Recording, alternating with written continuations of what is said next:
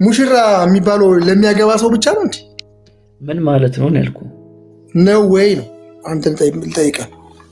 እኔ የምጠይቀህ ለምንድን ነው የማትመልሰው? በቃ ሙሽራ የሚባለው ለሚያገባ ስለ ባልና ሚስት ብቻ የሚያወራ አይደለም። ሙሽራ ማለት ምን ማለት ነው ያልኩት ወዳጅ። ሙሽራ ነው የትላንት ነው ዲቤት እዛ ላይ ባት ምን ማለት ነው? ባችን ባት ነው።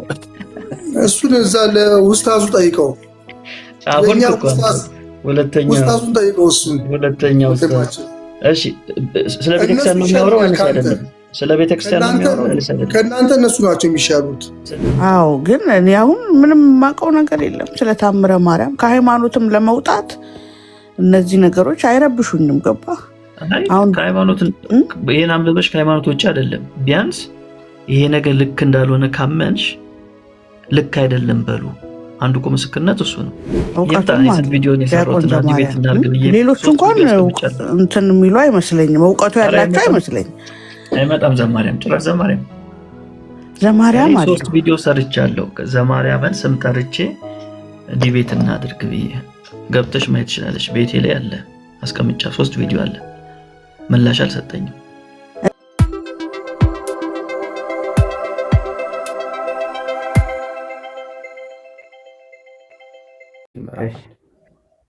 አንዴ አውጣ ብራዘር።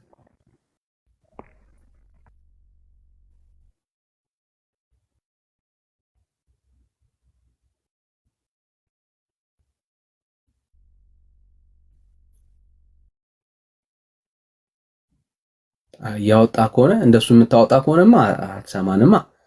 ወይኔ ላንብብልህ ወንድም አለ። ለጥፉለት ከስር ወገኖች ለጥፉለት እና ተመለስ። እሱ እግዚአብሔር ስለመሆኑ በግልጽ መጽሐፍ ቅዱስ ይናገራል።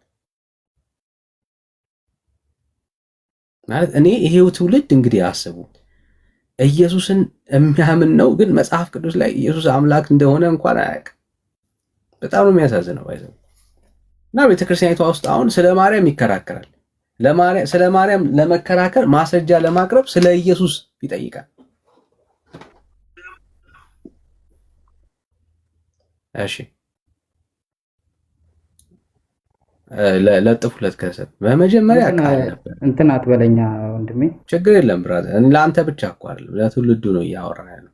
በመጀመሪያ ቃል ነበረ፣ ቃልም ስጋ ሆነ አይልም። ቃልም በእግዚአብሔር ዘንድ ነበር፣ በእግዚአብሔር ቃል ነበር። ቃልም እግዚአብሔር ደግሞ እስቲ ቃልም ምን እግዚአብሔር ማን እግዚአብሔር? ዮሐንስ ወንጌል ምዕራፍ 1 ቁጥር 1 በግልጽ ቋንቋ ማለት ነው። እሺ ምን ነበር የሚለው? ቃሉን ንገረኝ። አምላክ ስለመሆኑ መጽሐፍ ቅዱስ ይናገራል። እሺ ድጋምልኝ፣ ቃሉን መጀመሪያ ድጋምልኝ። አንተ አምላክ ስለመሆኑ አታውቅም እንዴ? እስከዛሬ በእናትህ አምላክ ነው። እኔ አምላክ ነው አምላክ ነው። አንደኛ ዮሐንስ መልእክት ምዕራፍ 5 ቁጥር 25። በቃ አሁን አንተ አትበል፣ ኦርቶዶክስን ወክለህ እንዳትናገር። አምላክ ነው ቀጥተኛ ቃል አለው። በቃ አሁን አንተ ዝም በል። በቃ አንዴ ዝም በል። ቆይ አንተ ለምንድነው ዝም ብለው? እኔ ጋር እሺ። አይ አክሊሌ አሁን እኮ ባይዘው ካንተ ይሻላል።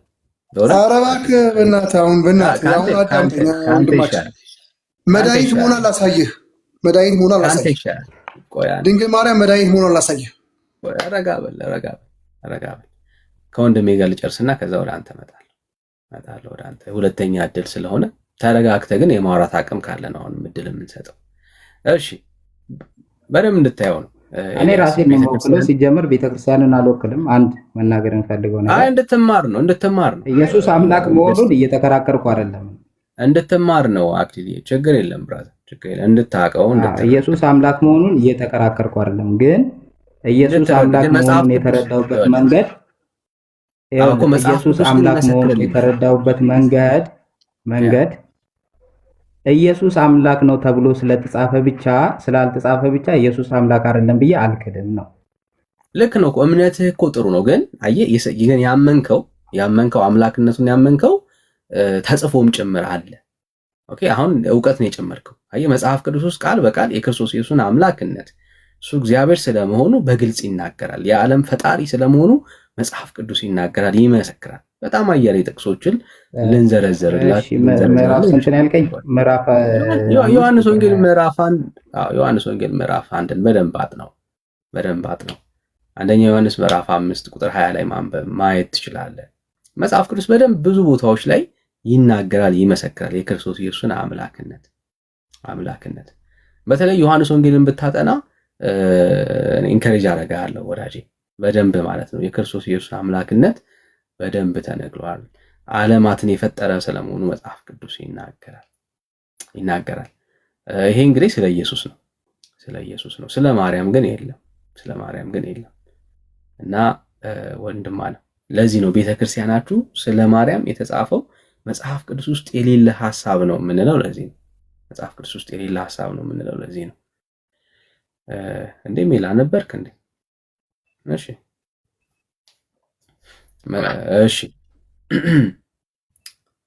መድኃኒት መሆኗን ላሳየህ።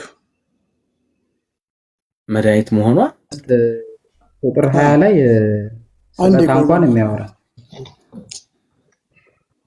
ማለት አንደኛ ዮሐንስ ነው። እሺ ምዕራፍ 5 ቁጥር 20 ላይ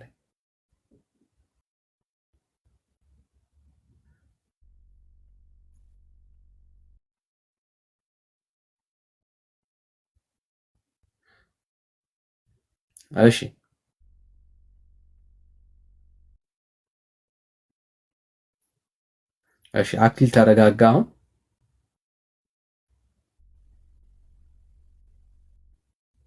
ምን አሁን እኮ ጊዜ መፍጨት ጥቅም የለውም። አሁን መድኃኒት መሆኗን እሷ የገነት ምንጭ ናት ማለት የማትጠቀም ነገር መስሎ ከታየ ዲስከሽኑን መቀጠል አለብን ብዬ አላምንም። አክሊል የምሬን ነው የምልህ። አሁን እዚህ የምናወራው ሰውን እንዲጠቀም ነው። ማርያም መድኃኒት ናት፣ የዓለም መድኃኒት ናት። አይ ምንጭ ናት። ይኸውልህ የገነት ምንጭ ናት። መድኃኒት የሆነው ያስገኘች ናት። እኔ አልጠየቅኩም። የጠየቅኩ ጥያቄ ምንድን ነው? እሱ ማርያም የዓለም መድኃኒት ተደርጋ ተፈጥራለች ወይ ያልኩ።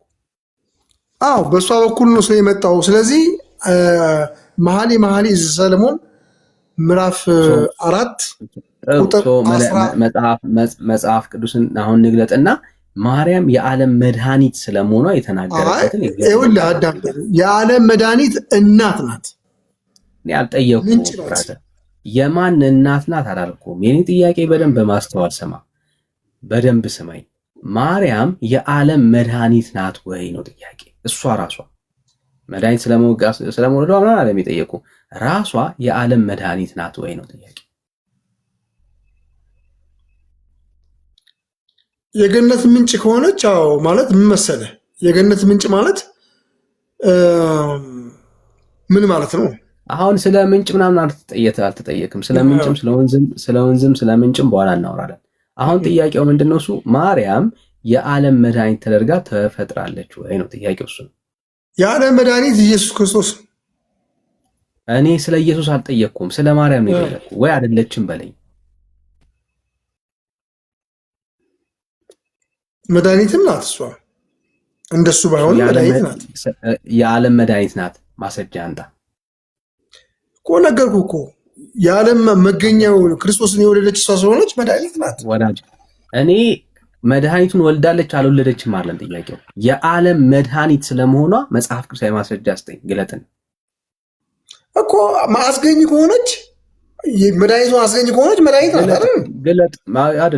አይደለች መድኃኒት ናት የምትል ከሆነ ማስረጃ አንተ እኮ ፉከራ የገነት ምንጭ ከሆነች የህይወት ውሃ ጉድጓድ ከሆነች ወዳጄ የህይወት ውሃ ጉድጓድ ናት። ቅዱስን ግለጥና እኔ ስለ ምንጭ አላወራሁም፣ ስለ ውሃ አላወራሁም። የህይወት ውሃ ጉድጓድ ናት።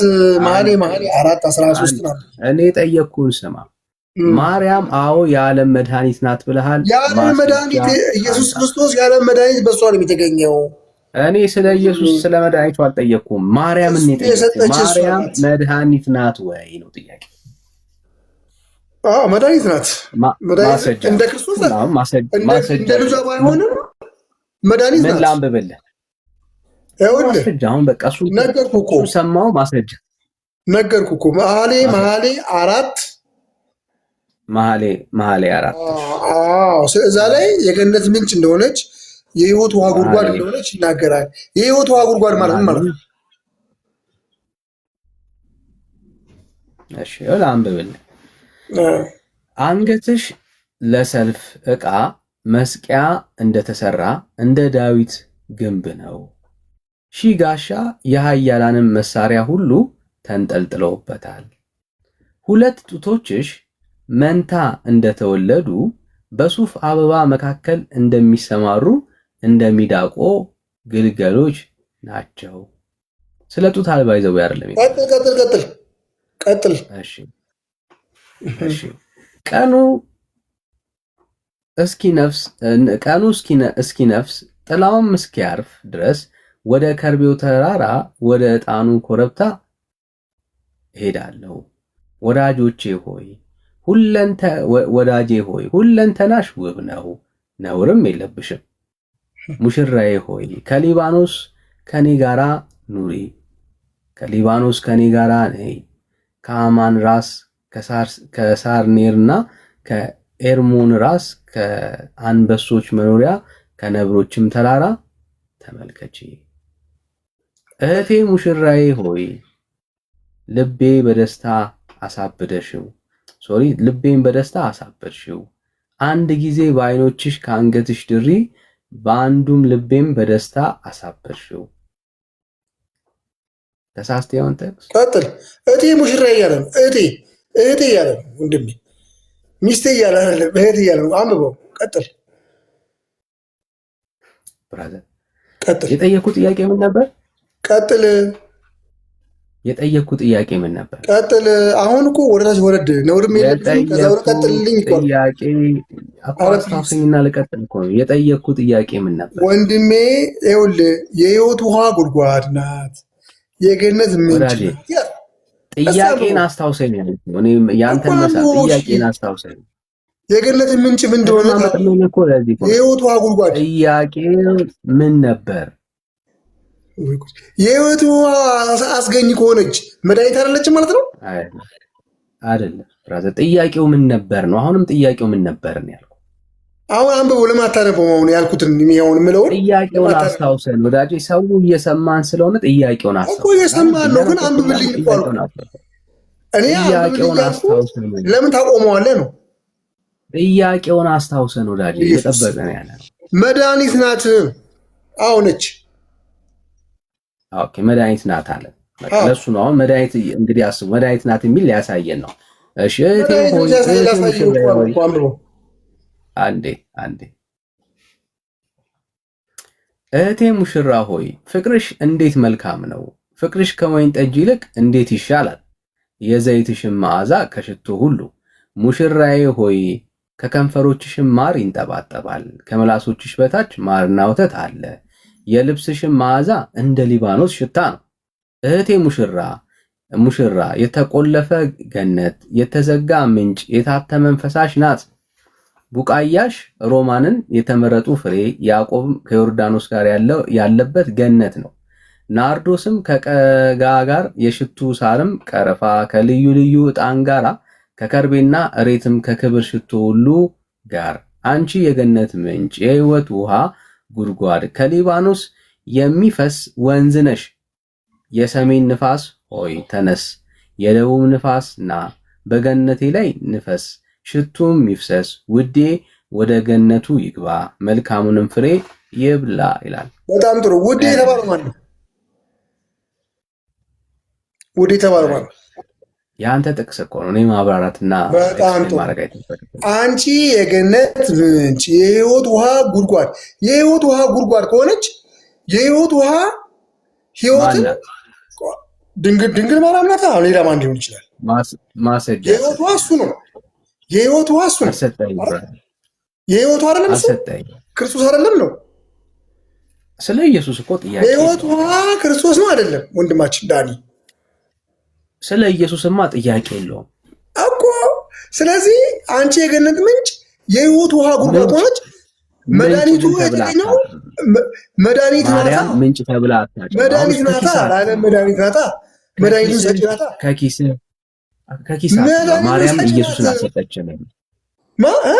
ኢየሱስን አልሰጠችንም ብራዘር። እንዴ ልጇ እኮ ነው። ልጇ እኮ ነው።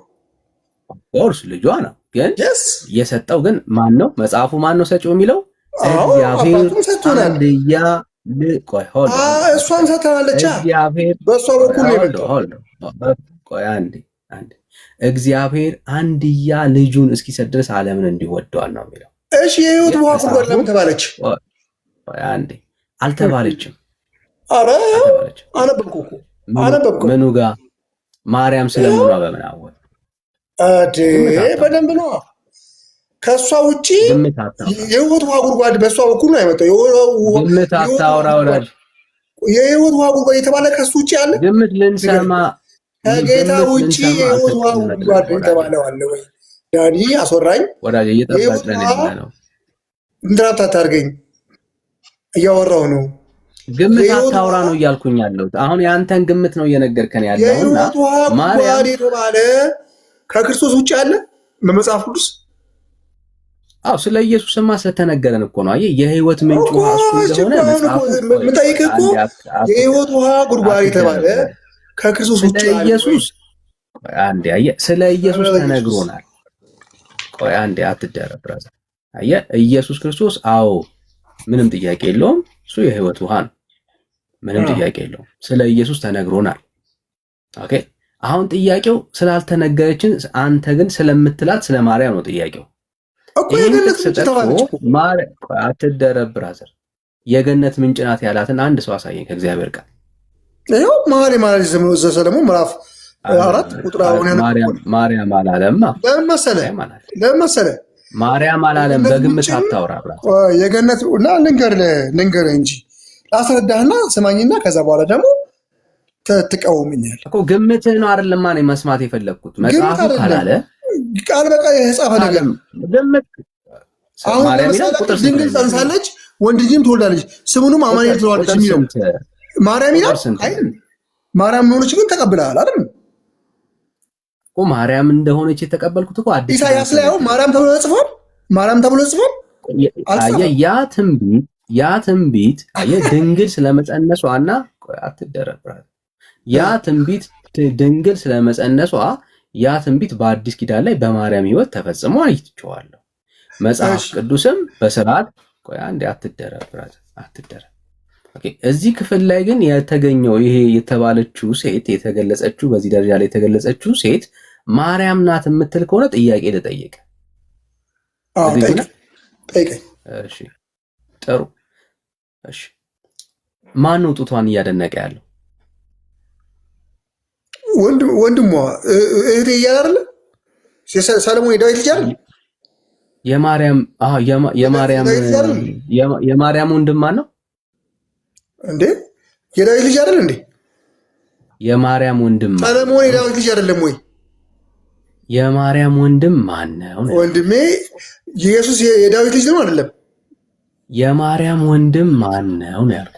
በቃ ነገርኩ። በዘር ግንድ ውስጥ አለ ሰለሞን የማርያም ወንድም ሰለሞን የጻፈው ሰለሞን አይደለም ወይ እኮ? የማርያም ወንድም ነው ወይ? ጡቷን ነው እያደነቀላት ያለው ወንድሟ እንዴ?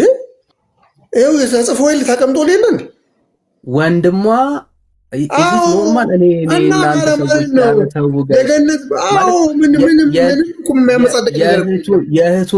የእህቱን ጡት ነው አድማየር እያደረገ ያለው። ያጠባችው እሷ ስለሆነች ያንን የህይወቱ ውሃ ያጠባችው እውነተኛይቱ እሷ ድንግል ስለሆነች ማለት ነው። ወንድሟ የእህቱን ጡት በጣም እያደነቀ ያወራል። እህቴ ሙሽራዬ ያለው ኖርማል ናችሁ ግን ጋይስ? አንተ ኖርማል ነህ ራስህ?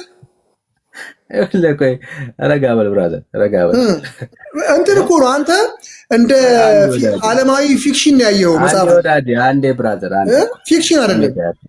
ስሜት ያቱን ወዳጅ፣ ስሜት ያቱን መጽሐፍ ቅዱስ ፊክሽን አይደለም።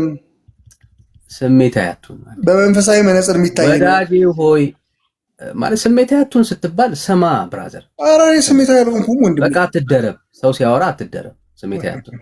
እሺ ወዳጄ ሆይ እነሆ ውብ ነሽ፣ እነሆ አንቺ ውብ ነሽ፣ በአይን እርግብ መሸፈኛሽ ውስጥ አይኖችሽ እንደ እርግብ ናቸው፣ ፀጉርሽ በገላድ ተራራ ላይ እንደሚወርድ እንደ ፍየል መንጋ ነው፣ ጥርሶችሽ ታጥበው እንደተሸለቱ ሁለት መንጋ እንደወለዱ ከእነርሱ መካከል እንደሌላቸው መንጎች ናቸው። ውበቷን ነው ወንድምየው እየገለጸ ያለው ነው እያልከን ያለው። እሺ እንቀጥል። ወንድም ስለመሆኑ ልናይ ነው። እሺ ችግር የለም። ከንፈሮችሽ እንደ ቀይ ሐር ፈትል ናቸው፣ አፍሽም ያማረ ነው። በአይነ እርግብ መሸፈኛ ውስጥ ጉንጭሽና ጉንጮችሽ እንደተከፈለ ሮማን ናቸው። አንገትሽ ለሰልፍ ዕቃ መስቀያ እንደተሰራ እንደ ዳዊት ግንብ ነው። ሺህ ጋሻ የኃያላንም መሳሪያ ሁሉ ተንጠልጥለውበታል። ሁለቱ ጡቶችሽ መንታ እንደተወለዱ በሱፍ አበባ መካከል እንደሚሰማሩ እንደ ሚዳቆ ግልገሎች ናቸው።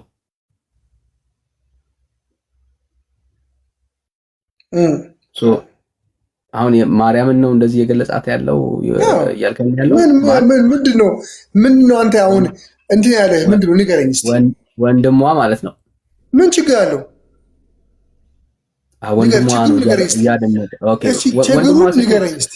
አንተ አሁን ፖለቲካውን ተውና ችግሩን ንገረኝ እስኪ።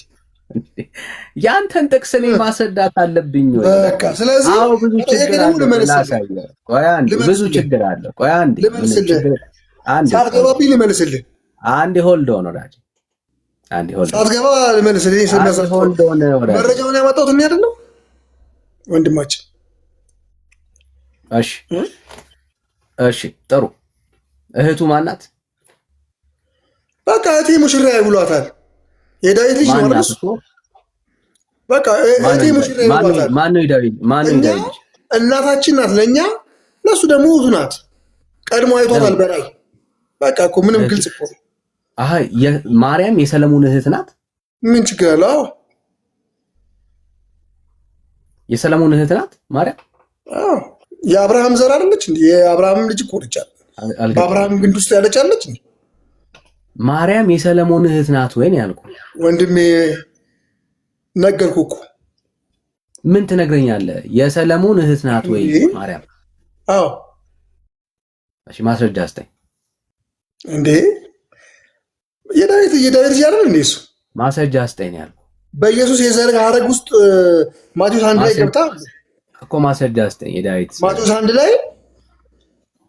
ማቴዎስ 1 ላይ ገብታ አንብብ። ማቴዎስ 1 ላይ ምን ይላል? እስቲ እናንብበው። የኢየሱስ ክርስቶስ የዘር ሐረግ ግንድ ይናገራል። እንደውም ዮሴፍ የኢየሱስ ዘመድ እንደሆነ ይናገራል። እስቲ እንቀጥል ብራዘር፣ እናሳየን እስቲ። እሺ ቁጥር ስንት ላንብበው? ዮሴፍ ዘመዷ እንደሆነ ታውቃለህ? የድንግል ማርያም ቁጥር ስንት ላይ ላንብብልህ? ማቴዎስ ምዕራፍ አሉ አበለ የምትላት ማለት ነው የምትለው ዘራ 16 ላይ ገባና አንብበው። ማቴዎስ 1:16 አንብበው። እሺ ያዕቆብም ክርስቶስ የተባለውን ኢየሱስ ክርስቶስ የወለደችውን የማርያም እጮኛ ዮሴፍን ወለደ ነው የሚለው። አንብበው ቀጥል። እንግዲህ ትውልዱ ከአብርሃም እስከ ዳዊት 12 ትውልድ፣ ከዳዊት እስከ ባቢሎን ምርኮ 14 ትውልድ፣ ከባቢሎንም ምርኮ እስከ ክርስቶስ 14 ትውልድ። በቃ ዮሴፍ የኢየሱስ ዘመድ ነው አይደለም? አሁን ስለ ዮሴፍ አልጠየቅኩም እኮ። ጠባቂዋ ማን ነው? ዘመዷ አይደለ? ጠባቂዋ አሁን ባሏ የምትሉት የእርሱ ላይ ደግሞ ሄደን እሱን እና ችግር የለም። ጥያቄው ነው። አይ እንደዚህ አስሬ የሌላ ቦታ ላይ እየሄድክ አይደለም። ዮሴፍ እናወራለን። ዮሴፍ እጮኛዋ ነው፣ ዘመዷ ነው። ዊል ዲስከሲት። አሁን የተጠየቀው ጥያቄ ሰለሞን የማርያም ወንድም ነው ብለሃል ወዳጅ። አሁን ስለ ዝምድና አለም እያወራን ያለ እኮ ነገር። ዮሴፍ ዘመን የክርስቶስ ዘመን አይደለም? አንዴ ብራዘር፣ ዮሴፍ የክርስቶስ ዘመን አይደለም? ወዳጅ አንዴ ተረጋጋ እኮ። ላመጣልህ እኮ ነው። አሁን የተጠየቀው ጥያቄ ሰለሞን ወንድሟ ስለመሆኑ ማስረጃ አምጣ እኮ። እሱን እኮ ልሰጥህ እኮ ነው። ዮሴፍ የኢየሱስ ዘመን ነው አይደለም? እዚህ ላይ አሁን እዚህ ታሪክ ላይ ማቴዎስ 1 ላይ ወዳጅ አፍጥ ነው። ዮሴፍ የኢየሱስ ዘመድ ከሆነ ጠባቂው ሆኖ እሱ ከመጣ አዳምጠኝ። እሱ የኢየሱስ ዘመድ ከሆነ የማርያም ዘመድ ነው ማለት ነው ዮሴፍ። ወዳጅ አሁን ግምተውና ወዳጅ ዮሴፍ ደግሞ አዳምጥ። ኧረ እባክህ ስማኝ። አሁን ስለ ዮሴፍ ደግሞ የዳዊት ልጅ ሰለሞን ላይ ቆምና ሰለሞን ወንድሙ ሰለሞን ማስረጃ ከዛ ደግሞ ስለ ዮሴፍ ተብሎና ፕሊዝ ዮሴፍ የዳዊት ልጅ ከሆነ አዳምጠኝ ወዳጅ። በዳዊት የዘር ግንድ ውስጥ ዮሴፍ ካለ የኢየሱስ ዘመድ ከሆነ አየው፣ የኢየሱስ ዘመድ ከሆነ አዳምጠኝ።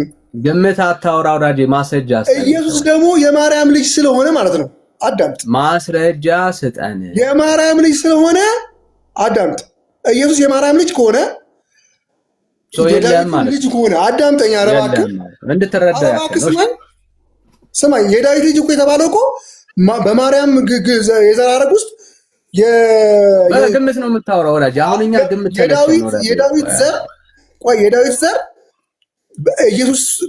ኢየሱስ በዳዊት ዘር ወዳጄ። አሁን ማርያም ማርያም በዳዊት ዘር አለች የለችም?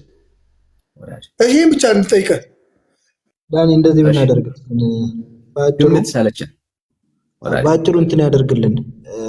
መኃልየ አንብቦት ከሆነ መኃልየ ላይ እዛው ቆሞ ምዕራፍ 3 ያንብበው እስኪ። ግምት ሰለችን። እሺ እንመጣለን። ግምት ነው የምታወራው። የመጀመሪያው ጉዳይ ዳንኤል ደንግጣል። ያለ እውቀት የሚያወራ ሰው ሊያስደነግጠኝ አይችልም። ኢየሱስ የዳዊት ልጅ የተባለው አዳምጠኝ ፕሊዝ።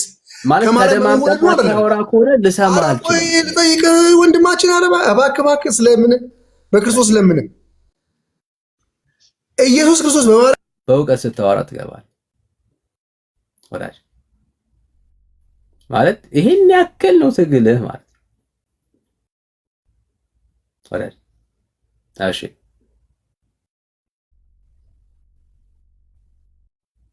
ማለት ከአንተም ብሶ ማለት ነው ብራዘር፣ ከአንተም ብሶ ከዛ ሌላ ወሬ ለማውራት ትሞክራለህ። እና አይዞ አጭሩ ጉዳይ ምንድን ነው? እሱ መጽሐፍ ቅዱስ ላይ ያለችው ማርያም ኦርቶዶክስ ውስጥ የለችም። ኖራ አታውቅም። ኖራ ማለት ነው ግራ የምትጋቡትና ያልሆነ ጡዘት ውስጥ የምትገቡት። ስለዚህ እኮ ነው ይሄ ሁሉ ትግል የምትገባው ማለት ነው። በዚህ ሁሉ ትግል ውስጥ አንድ ጥቅስ ጠቅሰ ማርያም መጽሐፍ ቅዱስ ውስጥ ያለችው ማርያም ኦርቶዶክስ ውስጥ ስለመኖሯ የምታስረዳበት ምንም ማስረጃ የለም። ጥያቄው ስለምንድን ነበር? ማርያም መድኃኒት ናት።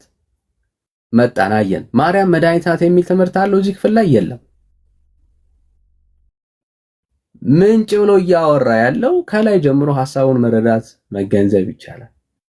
ኦኬ፣ እያነጻጸረ ያለው ሰው በሚገባውና በሚገልጸው እሷ በምትረዳውና በሚገባት ቋንቋ የተሻሉ ሐሳቦችን አንስቶ እያወራ ነው፣ እያደነቃት ነው ያለው። ብዙ ሐሳቦች አሉ። ተራራ ተነስቷል። እህቴ ሙሽራዬ ወይ ፍቅርሽ እንዴት መልካም ነው፣ ፍቅርሽ ከወይን ጠጅ ይልቅ እንዴት ይሻላል፣ የዘይትሽ መዓዛ ከሽቶ ሁሉ። በጣም ብዙ ፍቅርን ሊገልጡ የሚችሉ ቃላቶችን እየተጠቀመ ነው እየገለጸላት ያለው ለሙሽራይቷ። ይሄን ነው የምታየው። ከዛ ውጪ ከማርያም ጋር እያይዘ ስለ ማርያም ነው ልትልበት የምትችለው ግን አንዳች ማስረጃ የለም። እና ደስ ይለኛል እንደዚህ ግራ ስትጋቡ ማየት በጣም ነው ደስ የሚለው፣ ስለሌለ ማለት ነው። ይሄ ሁሉ ትግል መጽሐፍ ቅዱስ ውስጥ የሌለው የማርያምን ትምህርት ለማሳየት ነው የምትታገሉትና አይዞ ብራት አይዞ። እሺ ሌላ ኦርቶዶክሳዊ ካለ እንቀበል። ሌላ ኦርቶዶክሳዊ በጨበጣ ቅድም ደንግጦ እንደሮጣ ለዘመናት የዘመዷ ትምህርት ትተኛለች። ግን እኔ የዘመዷ ጨዋታ ተመችታኛለች። ግራ ሲገባው እህት ነች አለ የሰሎሞን እህት የቤተ ዘመድ ማህበር አደረገው። እስቲ እኔማ ከራሳቸው መጽሐፍ ራሱ ላጣለው አስቤ ነበር።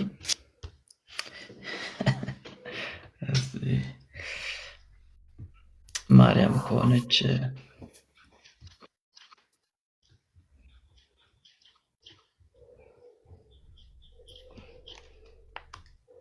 አንድምታው አለ እንዴ አጠገብ? አንድምታው አለኝ። አንድምታው አንድም እያለ ብዙ ነገሮችን ይዘረዝራል። አንድም ያስገባል። እሺ እስቲ ካለ እስቲ ያስገባው አንድምታውን የሚቀበል ከሆነ ራሱ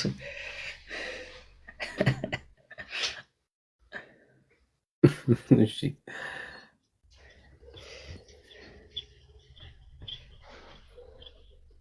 ሳትጮ ረጋ ብለህ እስቲ አውራ ብራዘር። ቀን ይውጣል።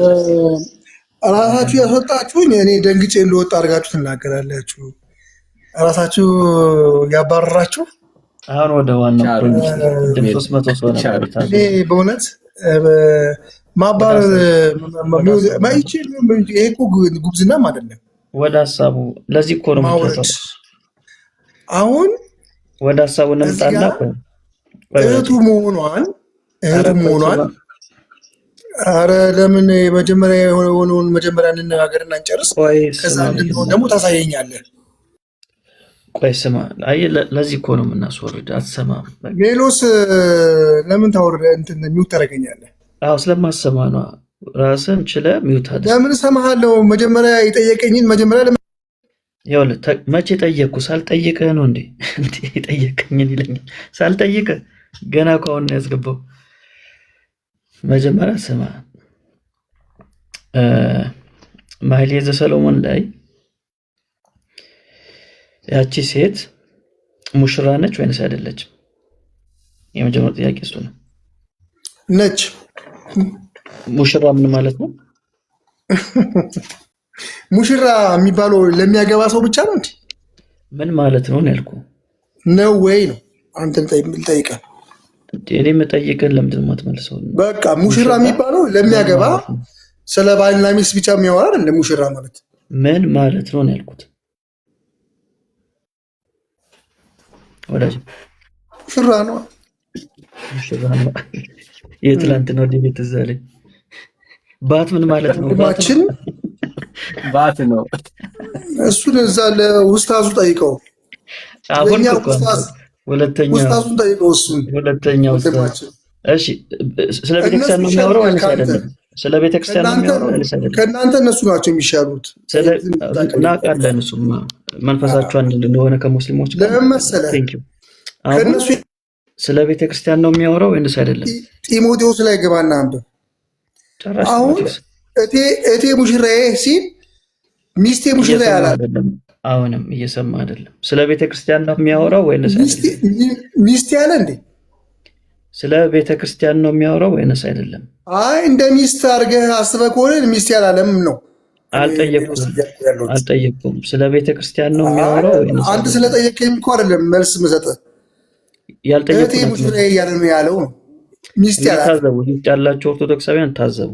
መጠይቆ ሌላ እሱ የራሱን ጥያቄ እያመጣ ምን እቴ ሙሽራዬ እያለ ነው ያወራው ወይስ አይደለም?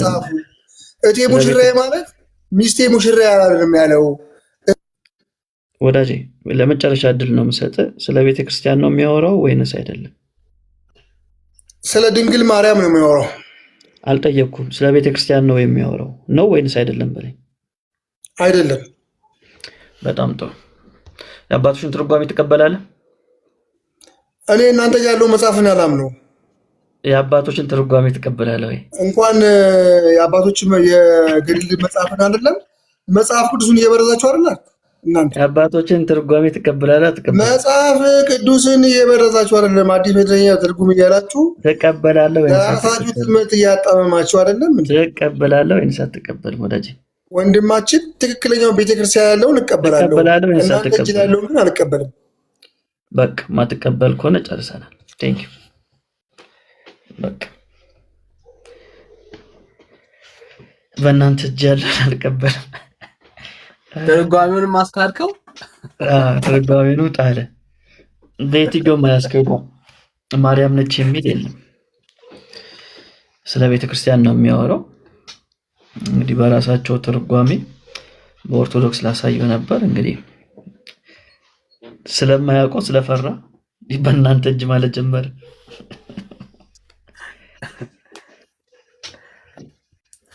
አንድም ተውማ አንድ ማርያም ነች አንድም አብ ነው ብሎ ነው ያስቀመጠው። አረ ኦኬ፣ ሁለቱንም አስቀምጧል። አብ ነው መገኛ አብ ነው ብሎ አስቀምጦታል። ማርያም ስለ ስጋው ከሆነ ማርያም ነች፣ ስለ ቃል ከሆነ አብ ነው ብሎ ነው ያስቀመጠው። አንድም አሁን አብ ነው ወይ ብሎ ኖሮ ይገስጸኝ ነበር።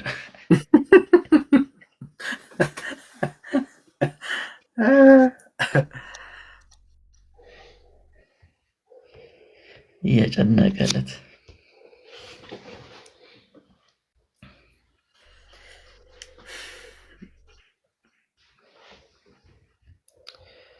ሙሽራ ነው ብለዋል።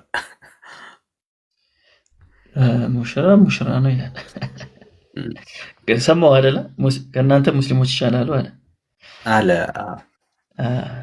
እኛም እናውቃለን አንድ መንፈስ ስለሆናችሁ ተመሳሳይ ላባ ያለው ወፎች አንድ ላይ ነው የሚበሩት ይባላል። እናውቃለን በደንብ። አንቺን በሰማይ ተቀበለው እስቲ። እሺ ሀገራችን በሰማይ ነው። ሀገራችን ሰላም፣ እንዴት ናችሁ? እግዚአብሔር ይመስገን። ከየት ነህ? ከዚሁ ነው፣ አዲስ አበባ ነው። አይ ከየት ቤተ እምነት? ከኦርቶዶክስ ነው። ከኦርቶዶክስ። እሺ ስለ ነገረ ማርያም እያወራን እንገኛለን።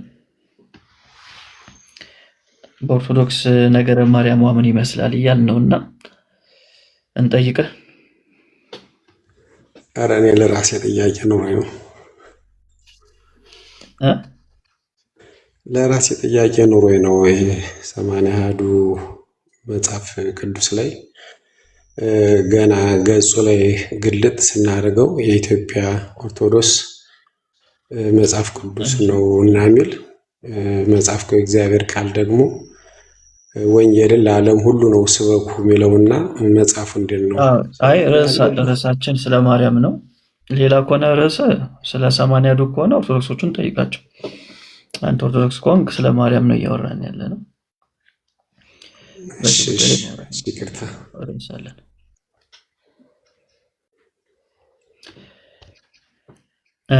ታወራለህ በዚህ ጉዳይ ላይ? እሺ አይ ምንም ጸሐፊያኖቹን ይጠይቃቸው አይሻል? ኦርቶዶክስን ይጠይቃቸው። ስለ ማርያም የምታወራ ከሆነ መቀጠል እንችላለን። ቀጥል። እሺ ወንድሜ። እሺ ጥሩ ነው። ኧረ እሺ በኦርቶዶክስ ያለው ነገረ ማርያም ጤናማ ነው ብለህ ታስባለህ? ምን የሚለው ቃል ነው? ጤነኛማ ጤነኛ ያልሆነ የሚሆነው ምን የሚለው ላይ? አይ ጠቅላላ ነገረ ማርያም የኦርቶዶክስ ቤተክርስቲያን ጤናማ ነው? አግኝቼም አላውቅም። ስለ ነገረ ማርያም ስለ ማርያም ተምረህ አታውቅም?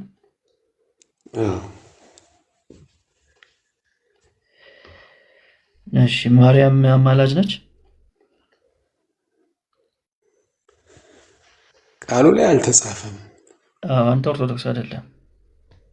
ቻው። እኔም መጀመሪያ ማወቅ ያለው ኦርቶዶክስ አይደለም።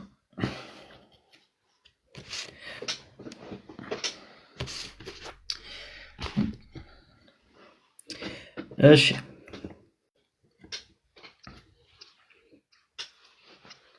አይ አይደለም። ኦርቶዶክስ እንትን ለማለት ፈልጎ ነው፣ ለጥያቄ አድርጎ ለመጠየቅ ፈልጎ እንጂ አይደለም። ኦርቶዶክስ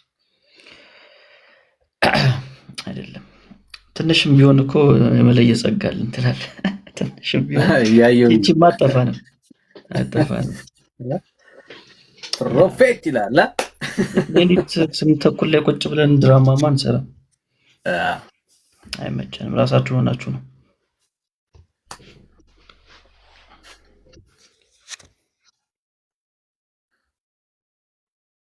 ጸዲ ሲነጊ በስማ ስንት ጊዜው የሆነት ነይ ሲጸዲ እስቲ ቢያንስ ሲሰላም በይን። የምር ቢያንስ ድምጽሽን ሰላም በይን እስቲ። ሰላም እንዴት አመሻችሁ? በስማ ምን ድምጽ ከሰማሁት ስንት ዘመን ይመስልሽ? ጸዲ ነች እንዴ? እንዴት ነሽ? አይገርምም? ሰላም ነው፣ እግዚአብሔር ይመስገን። አሜን። ረጅም ጊዜ ሎንግ ታይም በጣም ያ እከታተላችኋለሁ እኮ ግን ያው አልተቀየራችሁም፣ ያው ነው።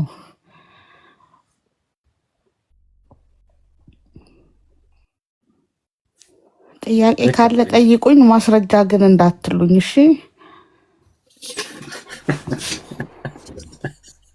ሜላዮ ጠይቅ ያለ ማስረጃ እየተባልክ ነው። ያ ለዚህ እኮ ነው ጸዲ ደስ የምትለን።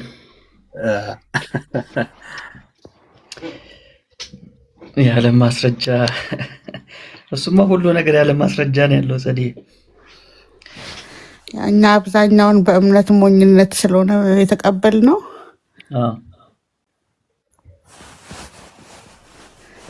እሺ ጠይቀሽ እንዴ ሰሞኑን ባነሳ ነው ኢሹ ላይ ጠይቀኝ።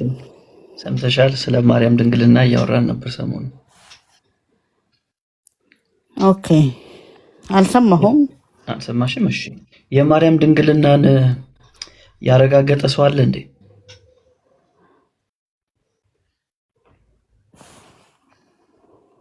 እንዴት ማለት?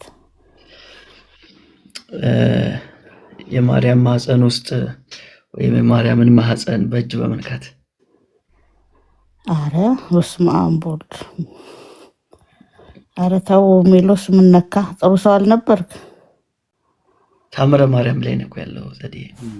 ሜላ ግን ማርያምን መታመን ነበረባት። ድንግል ነኝ ካለች ማመን ነበረባቸው። መንካት ራሱ በጣም ፌር አይደለም። እንዴ ያለ ታምረ ማርያም ላይ ሰሎሜን ታውቂያታለሽ? ዘዴ ሮሚ ሰሎሜ እህቴ የማርያም እህት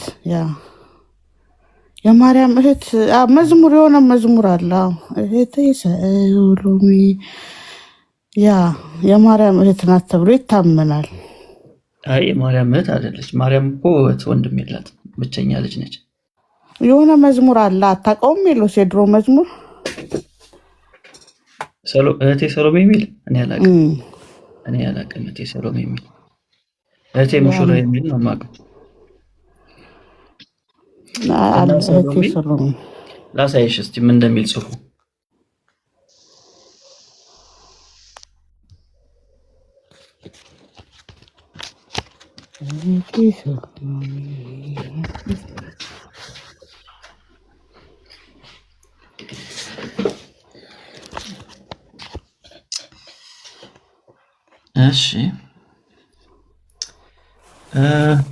እሺ ይታይሻል? ሰሎሜም ታነቢዋለሽ? አንብበው። እሺ ሰሎሜም አምላክን የወለደች በድንጋሌ ሥጋ በድንጋሌ ነፍስ የጸናች ወደ ክብርት እመቤታችን ቀረበችና እጇን ዘርግታ ማኅፀኗን ዳሰሰች። በዚህም ጊዜ የሰሎሜ እጆች እሳት እንደገባ ጅማት እርር ኩምትር አሉ ይላል።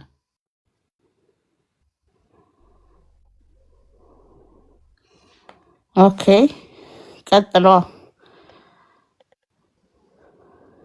ምን ትያለሽ? እኮ ድንግልናዋን ቼክ ልታደርግ ነው ይላል። እንዴት አለ?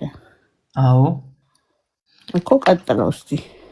እሺ ከፍ አድርጌ ላሳይሽ ድንግልናዋን ቼክ ለማድረግ እንደሆነ ከራሱ ከመጽሐፉ ሃርድ ኮፒውን ላሳይሽ።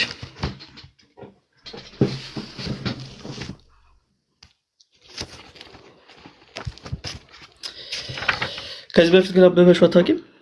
እኔ አንብቤ አላውቅም።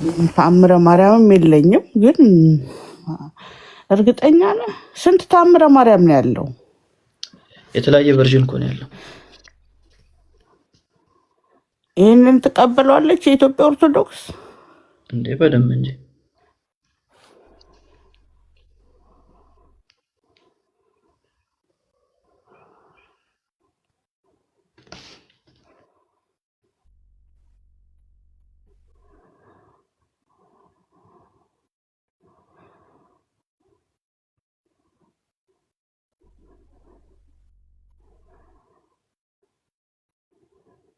ቆይቺ ናት ኦርቶዶክስ ምናምን ብላችሁ ለመፍረድ እንትን አትበሉ። መጀመሪያ እርግጠኛ ሁኑ።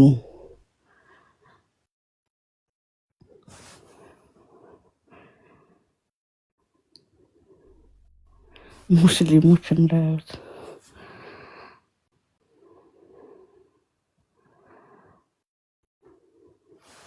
ዳኒ እኔ ተቋረጥኩት።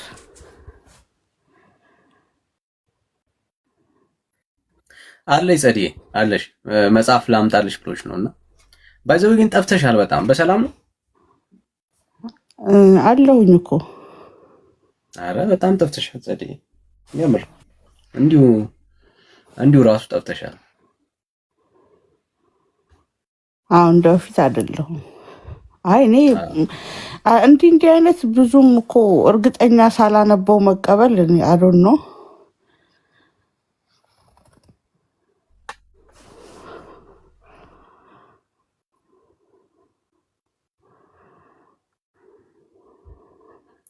የድሮ ፍቅራችንን አትጣዩ።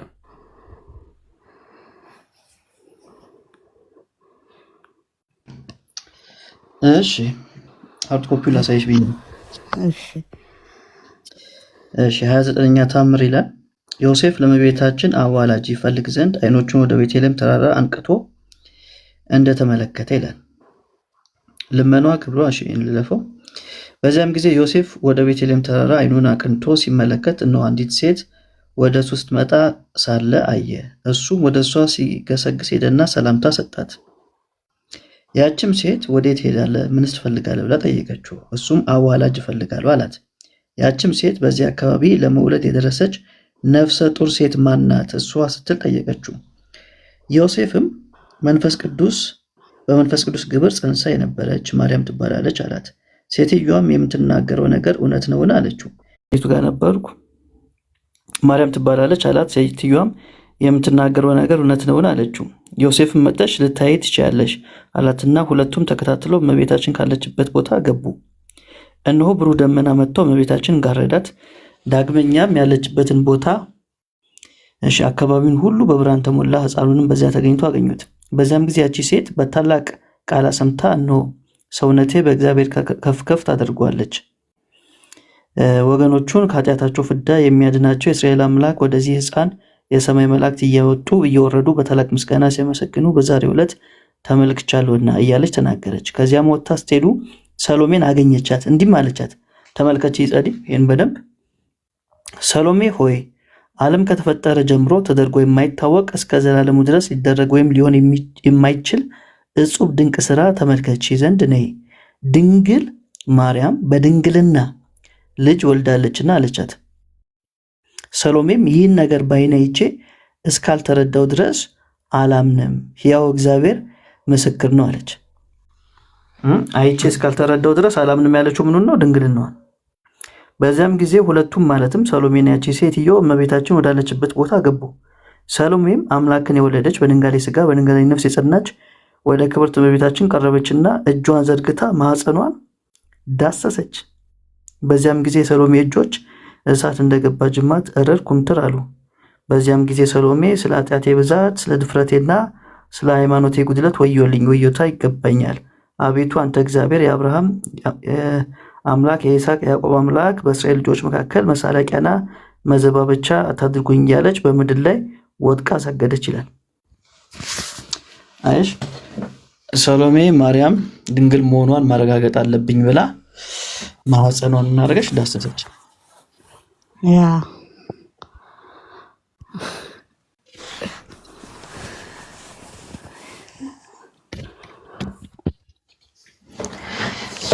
እሺ ምን ትያለሽ?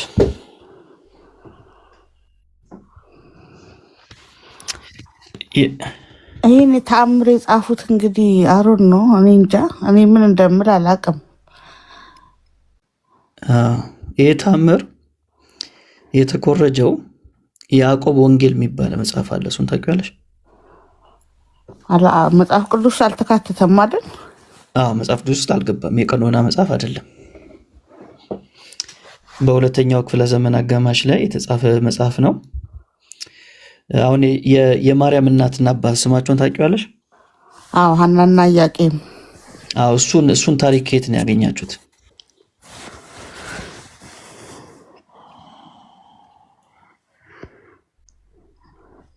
ታሪኩማ ያው ታምረ ማርያም አይደል? ታምረ ማርያም ላይ መሰለኝ። አይ ልክ ነሽ። እዚህ ላይም አለ። ግን በዋናነት ኢያቄምና ሐና የሚለው ታሪክ የመጣው ከዚህ ያዕቆብ ወንጌል ከሚባለው ነው። መጀመሪያ የተጻፈው እዚህ መጽሐፍ ላይ ነው፣ ያዕቆብ ወንጌል ላይ። ማርያም በቤተ መቅደስ አድጋለች የሚለውንም ታሪክ ለመጀመሪያ ጊዜ የተጻፈው እዚህ ያዕቆብ ወንጌል የሚባለው መጽሐፍ ላይ ነው። ከዛ ነው ካቶሊካውያንም ኦርቶዶክሳውያንም ሀሳባቸውን ያገኙት ማለት ነው ስለ ነገረ ማርያም። ይህ ያዕቆብ ወንጌል የተሰኘው መጽሐፍ ደግሞ ከእንግሊዝኛ ወደ አማርኛ የተረጎመው ሰው ኦርቶዶክሳዊ ነው። ኦርቶዶክሳዊ ሰው ነው የተረጎመው ወደ አማርኛ። ኦርቶዶክሳውያን አንብቡት ብሎ የልደታ ቀን የምስራች ብሎ አምጥቶታል በፌስቡክ ገጹ ላይ እንደዚህ ይላል። እሺ፣ አዲስ የምስራች ለእመቤታችን ወዳጆች፣ በሐዋርያት ዘመን ምንም ስለ ድንግል ማርያም የተጻፈ ለማይመስላቸው የያዕቆብ ወንጌል ይልና አሁን በጥናታዊ ትንታኔ ለንባብ በቅተዋል። ስለ እመቤታችን ቅድስት ድንግል ማርያም ድብቅ የልጅነት ታሪክ ማወቅ ይፈልጋሉ? የቤተክርስቲያን ሊቃውንት ለዘመናት ለበዓላትና ለምስጋና ምንጭ አድርገው የተጠቀሙበትን ጥንታዊ ሰነድ አማርኛ ትርጉም እነሆ ይዘንላችሁ ቀርበናል። ተመልከች፣ የቤተክርስቲያን ሊቃውንት ነው የሚለው። ለበዓላት ለምስጋና ምንጭ አድርገው የተጠቀሙበትን ጥንታዊ ሰነድ ይዘንላችሁ ቀርበናል ይልና መጽሐፉ ምን ይዘዋል ብሎ የመጽሐፉን ፖይንቶች ያስቀምጣል። እና ተርጉመን አቀርበንላችኋል ይለናል። ምኑን? የያዕቆብን ወንጌል። ያው እዚህ ጋር እንደምታዩ የያዕቆብን ወንጌል ለኦርቶዶክሳውያን የተዘጋጀ መጽሐፍ ነው ይለናል። እሺ መጽሐፉ ምን ይመስላል? ምን ይላል? የምስራች የተባለው ለኦርቶዶክስ ምንድነው? መጽሐፉ ላይ ያሉትን ሐሳቦች እስቲ እንያቸው። ኦኬ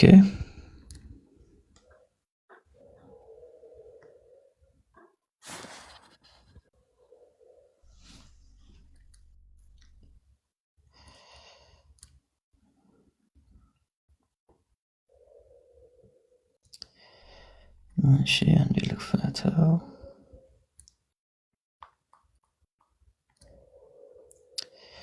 እሺ ይኸውና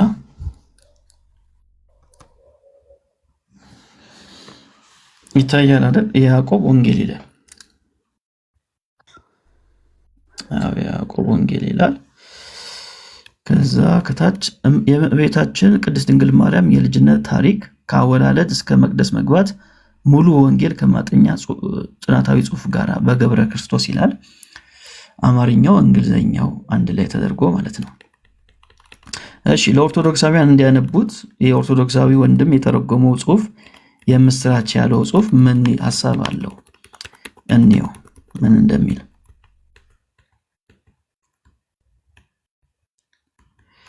እሺ ዮሴፍ ከአዋላጅቱ ጋር ያወራል። ሚስት ነች ወይ ማርያም ብላ ትጠይቋለች። አይ እሷ ሚስት አይደለችም ይላታል። ነገር ግን ከመንፈስ ቅዱስ ጸንሳለች። አዋላጅቱም ይህ እውነት ነውን አለችው። እሺ አዋላጅቱም ከእርሱ ጋር ሄደች። በዋሻውም ስፍራ ቆሙ። እነሆም ብሩህ ደመና ዋሻውን ጋርዶት ጸልሎት ነበር። ልክ ታምረ ማርያም ላይ እንዳለው ማለት ነው። አዋላጅቱም እንዲህ አለች፣ ዓይኖቼ ድንቅ ነገሮችን አይተዋልና ለእስራኤል ማዳን ተወልዷልና ዛሬ ነፍሴ ከፍ ከፍ አለች። ወዲያውም ደመናው ከዋሻው ተሰወረ፣ ታላቅም ብርሃን በዋሻው ውስጥ በራ። ዓይንም ሊታገሰው አልተቻለም። ከጥቂት ጊዜ በኋላ ያ ብርሃን ቀስ እያለ ቀነሰ፣ ሕፃኑም ታየ። ሄዶም ከእናቱ ማርያም ጡትን ተቀበለ። አዋላጅቱም ድምጿን ከፍ አድርጋ ይህን ድንቅ እይታ አይቻለሁና ዛሬ ለእኔ ታላቅ ቀን ነው አለች። አዋላጅቱም ከዋሻው ወጣች፣ ሰሎሜንም አገኘቻት፣ እንዲህም አለቻት፣ ሰሎሜ ሆይ የምነግርሽ ድንቅ እይታ አለኝ። ድንግል ወለደች። ይህ ግን እንደ ተፈጥሯ የማይሆን ነገር ነው። ሰሎሜም እንዲህ አለች፣ አምላኬ ጌታ ሕያው ነውና እሺ ጣቴን አግብቼ አካሏን ካልመረመርኩ በቀር ድንግል ወለደች ብዬ አላምንም አለች። እያየሽ ነው አይደል? ጸልይ ጣቴን አግብቼ ነው። እሺ ከዛ አዋላጂቱም ገብታ ማርያምን እንዲህ አለቻት፣ ተገለጪ ታይ፣ ስለ አንቺ ጥቂት ያልሆነ ክርክር ተነስቷልና።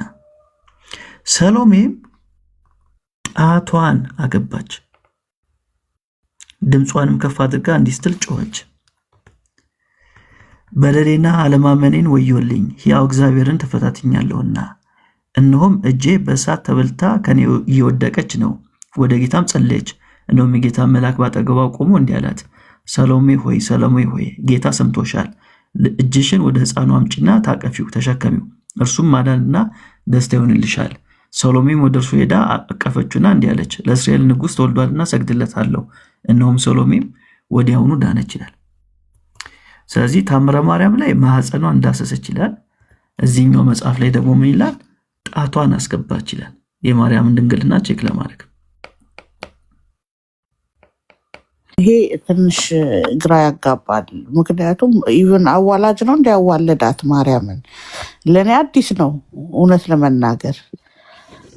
በአዋላጅ እንደሆነ የወለደችው አላውቅም ነበር። እናንተ ታምናላችሁ እንደ ይሄን? አይ መጽሐፍ ቅዱስ ላይ የለም፣ ታምረ ማርያም ላይ ነው ያለው። አዋላጅ እንዳዋለደቻት ዛሬን የሰማሁትን አዲስ ነው እንግዲህ። አዎ ይታመናል። በጥንታውያን አብያተ ክርስቲያናት አዋላጅ እንደነበር ይታመናል። ኢቭን ራሱ እንትን አላቸው ስዕለ አድኅኖ ነው የሚባለው ወይም ቅዱሳት ስዕል። በዚህ ጉዳይ ላይ እስቲ ካለኝ ላሳያችሁ መሰለኝ። አዎ እዚህ ጋር ታዩታላችሁ። ካሜራ ላውራ። ይሄን አያችሁት? ይሄ አሁን ኢየሱስ መሆኑ ነው። ገላውን እያጠቡት። እቺ አዋላጂቱ ነች፣ እቺ ደግሞ ሰሎሜ ነች።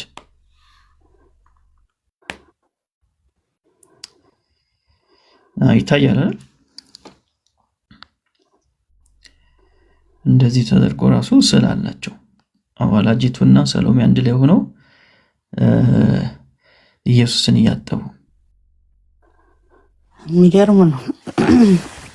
ይህ ብቻም ሳይሆን ብዙ ማስረጃዎችን ማውጣት እችላለሁ ከጥንታውያን አብያተ ክርስቲያናት በዚህ ጉዳይ ላይ።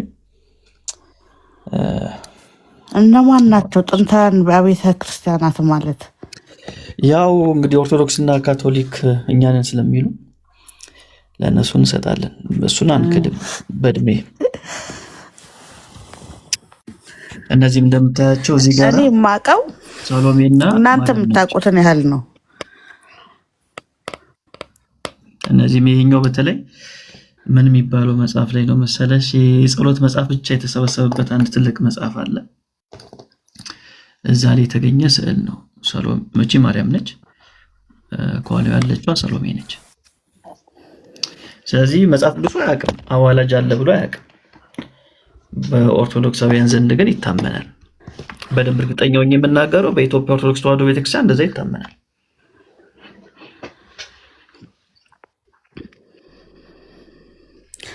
እኔ አሁን እንደዚህ አይነት ነገሮች ብዙ እንደማይረብሹኝ ታውቃለህ ሜሎስ?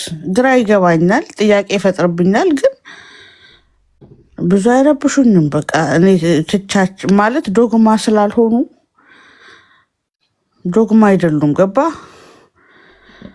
ይሄ እኮ ነው ህዝቡን አሳስሮ ያስቀመጠው። ታምረ ማርያም ምን ያህል ቦታ እንዳለው ታውቂያለሽ መቼም በኦርቶዶክስ ቤተክርስቲያን አይደል? አዎ ማለት እንደ ቤተክርስቲያን ትልቅ መጽሐፍ ነው። ማለት አዎ ይነበባል፣ ቤተክርስቲያን ውስጥ ዕለት ዕለት ይነበባል። ግን ደግሞ ትልቅ ክብር አለው።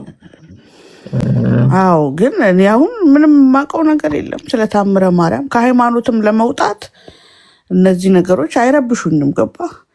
አሁን ከሃይማኖት ይሄን አንብበሽ ከሃይማኖት ውጭ አይደለም ቢያንስ ይሄ ነገር ልክ እንዳልሆነ ካመንሽ ልክ አይደለም በሉ።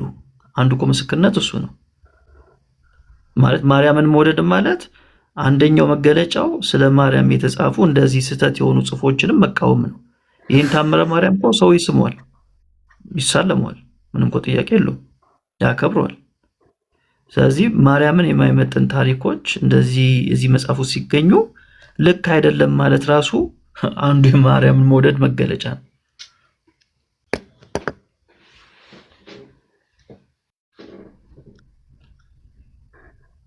ያ ልክ አይደለም እንዳትል ደግሞ የሚያደርግህ መጽሐፍ ቅዱስ ብቻ ብለን አናምንም፣ ይሄ አባቶች የጻፉት ነው ይላሉ። እኔ አሁን አንዳንድ ነገር ከተጋጨብኝ በድፍረት እጠይቃለሁ እኮ ገባህ? እናንተም አሁን በደንብ ከሚያውቅ ሰው ጋር ዲቤት ብታደርጉ፣ በተለይ አሁን ታምር ላይ ገድላት ላይ እኛ እንማር ነበር፣ ግን ምንም ስትገጥሙ አላይም። ፈቃድ ስንቴን የጠራ ነው ዲቤት? ማን መጣ?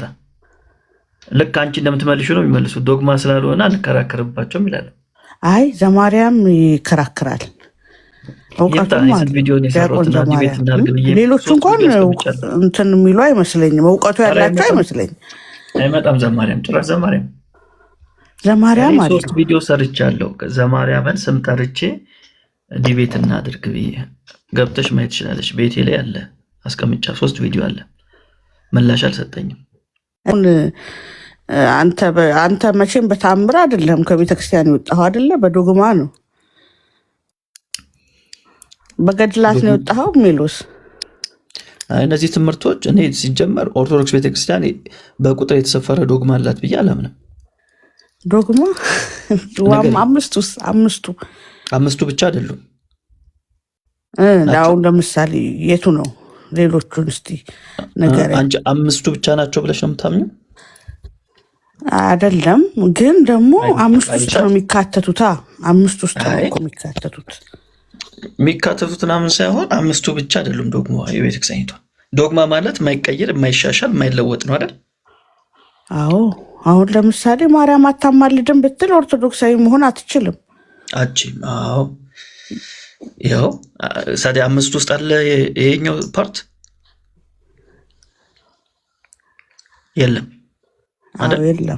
የለም አይሽ አይደል? በቁጥር አይታወቅም ብሎ ለዚህ ነው። ለምሳሌ አንድ ሰው እኔ ኦርቶዶክስ መሆን ፈልጋለሁ ግን በቅዱሳት መላእክት አላምንም ቢል በምልጃቸው ኦርቶዶክስ መሆን ይችላል?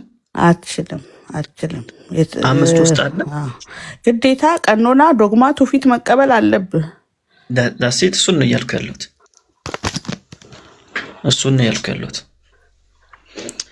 ስለዚህ በቁጥር የተሰፈረ አይደለም ዶግማዋ አይደለም። 5 ብቻማ ቢሆን ምን ችግር አለው ትያለሽ? ሉትራኖችም እንኳን አሉ። ከነሱ ጋር አብረት እናደርግ የለ እንዴ? ምንድነው ሉትራኖች 5ቱን ያምናሉ? 5ቱ ያምናሉ፣ እንደናንተ ያምናሉ። ስለዚህ እሱ አይደለም ቢግ ዲሉ። ኢትዮጵያ ኦርቶዶክስ ቤተክርስቲያን ላይ ስንመጣ የተሰፈረ የተቆጠረ ዶግማ የላትም። እና ግን አሁን እሺ ከኢትዮጵያ ኦርቶዶክስ ልውጣ ብትል የተሻለ የትኛው ሃይማኖት ነው ብለህ ነው የምታምነው አንተ? ትክክለኛ ትምህርት ለመዳን መውጣትም አይጠበቅብሽም። የዘላለም ሕይወት ለማግኘት ባለሽበት ሆነሽ የዘላለም ሕይወት ማግኘት ትችላለሽ። ምክንያቱም ከክርስቶስ ጋር ስለሆነ ህብረት የምታደርጊው። እኔ ኦርቶዶክስ ያልወጣ ነው ጌታን ያገኘሁት። ኖ ከግንዱ መጣበቅ አለብህ እኮ። የትኛው ሃይማኖት ነው አንድ ሃይማኖት ተብሎ የተጻፈችው? እምነት ነው እሱ፣ በክርስቶስ ላይ ያለ እምነት ነው፣ ተቋም አይደለም። እዛ ኤፌሶን ላይ የተገለጠው አንድ እምነት የሚለው እዛ ላይ የሚገልጸውን አንድ ጌታ ሃይማኖት ነው የሚለው ሃይማኖት ነው የሚለው አንድ ሃይማኖት አንድ ጌታ እምነት ማለት ነው። ሃይማኖ ከሚል ግስ ቃል የወጣ ነው። ትርጓሜው ህብረት የአማኞች ህብረት። ሃይማኖት የአማኞች ህብረት አይደለም። እሱ ሰከንድ ስቴፕ ነው። ኢየሱስን ከተቀበልሽ በኋላ ካመንሽ በኋላ ከዳንሽ በኋላ ልክ እንዳንቺ ከሚያምኑ ጋራ ህብረት ታደርጊያለሽ። ለምሳሌ ሁሉም ያምናል። ኢየሱስን እኮ ያምናል። ሁሉም እኮ ያምናል። በጠይቆ ልጅሰስ ያምናሉ። እናንተ ታምናላችሁ። አንተ የት እንደሆንክ ባላቅም ኦርቶዶክስ ታምናለች፣ ካቶሊክ ያምናል በክርስቶስ ኢየሱስ። ገባ? እሱ አይደለም መሰረቱ። መኖርም ይጠይቃል። አምነህ መኖር እውነተኛን ሃይማኖት የአባቶችን ፈለግ ተከተል ይል አይደል? የትኞቹ አባቶች ናቸው ነው ጥያቄው? ሐዋርያት፣ የሐዋርያቶች ቀጥሎ ያሉትን እሱ ልክ ነሽ። ሐዋርያቶችን እነሱን በእምነት መምሰል አለብን አይደል? አዎ እነሱን በእምነት ስንመስላቸው አሁን ያለውን ኦርቶዶክስ ቤተክርስቲያንን አይመስሉም።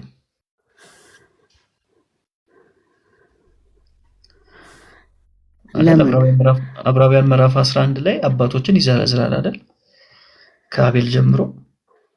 አዎ ለምንድን ነው የማትመስለው ኦርቶዶክስን? አሁን እነዚህ ገድላትን ተውና ታምራትን ትተህ ዶግማውን ማለት ዋናው እነዚህ 5ቱ ምሰሶችን የምትል ከተከተልክ ቁጭ ሐዋርያትን እምነት ነው።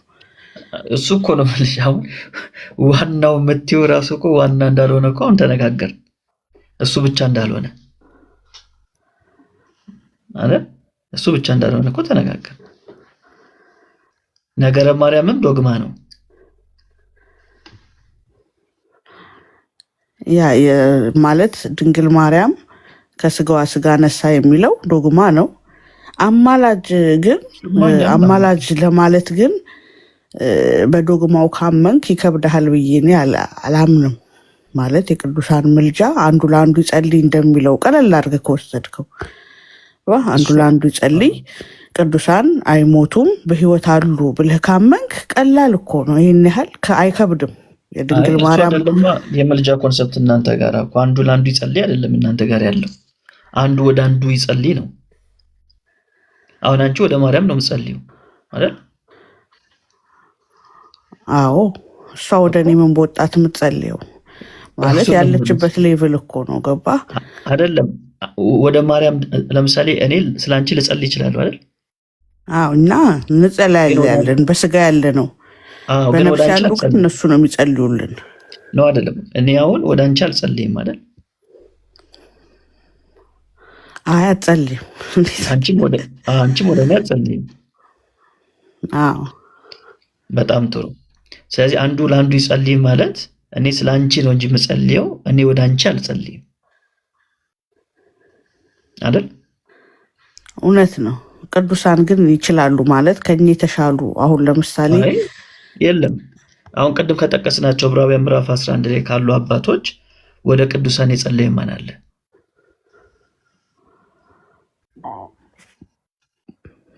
ወደ ሰማይ ወዳሉት ቅዱሳን የጸለየ እስቲ ንገሪኝ። ከአቤል ጀምሮ እስከ ሐዋርያቶቹ ማን ይጸልያል? በእምነት መሰሏቸው ተብለናል። ማንን አባት አብነት አድርጌ ልጸልይ ወደ ቅዱሳን?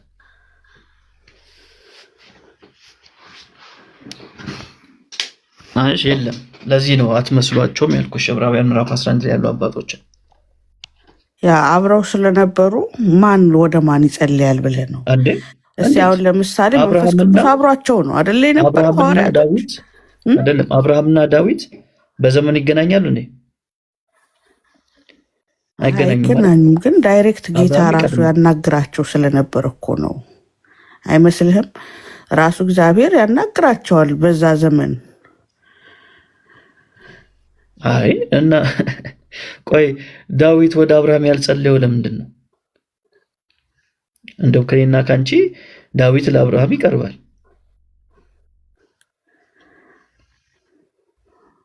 ስለማይጸለይ በብሉይ ያምኑ ነበር እንደዚህ። አሁን እኮ በአዲስ ኪዳን ነው እሱ ነገር የታዘዘው። እሺ በአዲስ ኪዳንም ስንመጣ ሐዋርያቶች ለማን ፍጡር ይጸልዩ ነበር? እነሱ ደግሞ እግዚአብሔር ከነሱ ጋር ነው። ጸጋቸውን እኮ ነው ማሰብ ያለብህ። ከነሱ በኋላ ግን ያሉት ጸልየው ሊሆን ይችላል። ገባ? አልጸለዩ። ማንም ወደ ፍጡር አልጸለየም። የለም ወደ ፍጡር ይጸልይ። ለዛ እኮ ነው ኢየሱስ እኔ ስሄድ ማን እሰጣቸዋለሁ አለ? መንፈስ ቅዱስን አይደል? መንፈስ ቅዱስን ተሰጥቷል። ለቤተክርስቲያን መንፈስ ቅዱስ ተሰጥቷታል። ስለዚህ መንፈስ ቅዱስ ደግሞ ወደ ፍጡር እንድትጸልይ ያደርግሻል። አንተ አሁን ለምሳሌ የሆነ አባት ቄስን ፓስተርን ጸልይልኝ አትልም? ጸልይልኝ ማለትና ወደ እርሱ መጸለይ ይለያያል። እሱ እኮ ነው ሀውካም እንዴ? ቅድም በምሳሌ እኮ ጸልዩልን እኮ ነው እኛ የምንለው። ወደ እሷ ነው የምትጸልይው አንቺ። እሱ ሮንግ ነው። ሮንግ ነው። አዎ ጸልዩልኝ ነው የሚባለው። ወደ ማርያም አጸልይ እኮ ጸሎት ቀጥታ ወደ እግዚአብሔር እንጂ ወደ ማርያም ቃሉ እኮ ነው። አሁን እኮ ቃሉ ስለተቸገረን ነው እንዴት ብዬ ላስረዳህ እንጂ ጸልያለሁ ወደ እሷ። ግን መጸልየው ምንድነው እንድታማልደኝ እንድትለምንልኝ ነው። ገባ እንጂ እሷን በራሷ ሳይሆን በተሰጣት ጸጋ ነው። እሱን ያደረገ ማን አለ? ትምህርት ቢያንስ አሳይኝ። በዛ በሰማይ ላሉት እንደዚህ ብለን እንድንጠይቃቸው ጸልዩልን አማልዱን ብለን እንድንጸልይ ወደ እነሱ ትምህርት ራሱ አለ ወይ? አዎ ብሉይ ኪዳን ላይ አሁን ለምሳሌ ወደ ኢዮብ ይጸልይላችሁ ብሎ አላካቸውም። እነዚህ የሰደቡትን ራሱ እግዚአብሔር እዛው ምድር ላይ ያሉ ሰዎች ናቸው አንዱ ለአንዱ ነው የጸለየው። ኢዮብ ስለነሱ ጸለየ እንጂ እነሱ ወደ ኢዮብ አልጸለዩም። ሁለቱ ምድር ላይ የነበሩት አንዱ ስለሌላው ጸለየ።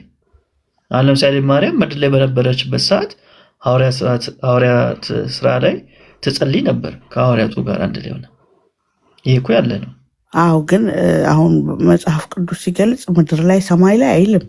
የቅዱሳን ህብረት ምድር ላይ ራሱ አንድ ላይ ህብረቱ ላይ በአጸደ ነፍስም ያሉት በአጸደ ስጋም ያሉት በጸሎት እንደሚገናኙ ይገልጻል አይደል እንዴ? ለምን ምን ይለያቸዋል? እዛው ግንዱ ላይ እንድትጣበቁ እኮ ነው። የቱ ጋር ነው የሚገልጸው? ምድር ላይ ያሉትና ሰማይ ላይ ያሉት በጸሎት እንደሚገናኙ እናምናለን። አሁን ለምሳሌ በቅዱሳን መላእክት ታምናለህ አይደለ? በአንዱ መዳን እንደሚደሰቱ ታምናለህ አይደል? እውነት ነው። ማን ነግሯቸው ነው? መላእክት እኮ እልፍ ናቸው። ያ አይ ነው፣ ግን ማን ነግሯቸው ነው? አንድ ሰው ሲሆኑ መላእክቶች አንዱ ለአንዱ ኮሚኒኬት ያደርጋል። ምንም ጥያቄ የለውም። እንዴት የሚነግረው አለ? አንዱ ለአሁን ለቅዱስ ገብርኤል ሂዶ የሚነግረው መላእክት አለ እያልከኝ ነው እንዴ? ከደሰት አንድ ሰው ድኗል እያለ ጌታ የተናገረውን ነገር ልንገርሽ። ከነዚህ ህፃናት አንዱንም እንዳታስመርሩ አላችሁ አይደል? ለምን ከተባለ የአባቴን ፊት ዘውትር ያያሉና መላእክቶቹ። እውነት ነው። ምድር ላይና ሰማይ ላይ ናቸው መላእክቶች ያሉት። ሰው እኮ አንዱ ይነግረዋል እያልከኝ ነው? አዎ ኮሚኒኬሽን አለ፣ ምንም ጥያቄ የለውም። ኧረ ተው የሚሉስ ማስረጃ ሌላ ምን አለ? ሌላ ምን ሊኖር ይችላል? ይሰማሉ፣ ጸጋ አላቸው። በቃ ይሰማሉ። ምንድነው የሚሰሙት? ያንቺን ጸሎት?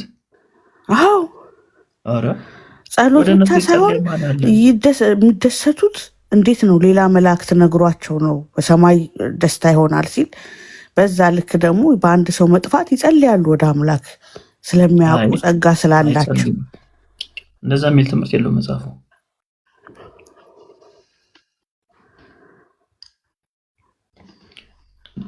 የለም እኮ ከዘፍጥረት እስከ ዮሐንስ ራእይ ድረስ መላእክቶች ሲጸለይላቸው ወይም እንደነሱ ሲጸለይ ወደ እነሱ እንዲያድርጉልን ሲባሉ አናገኝም።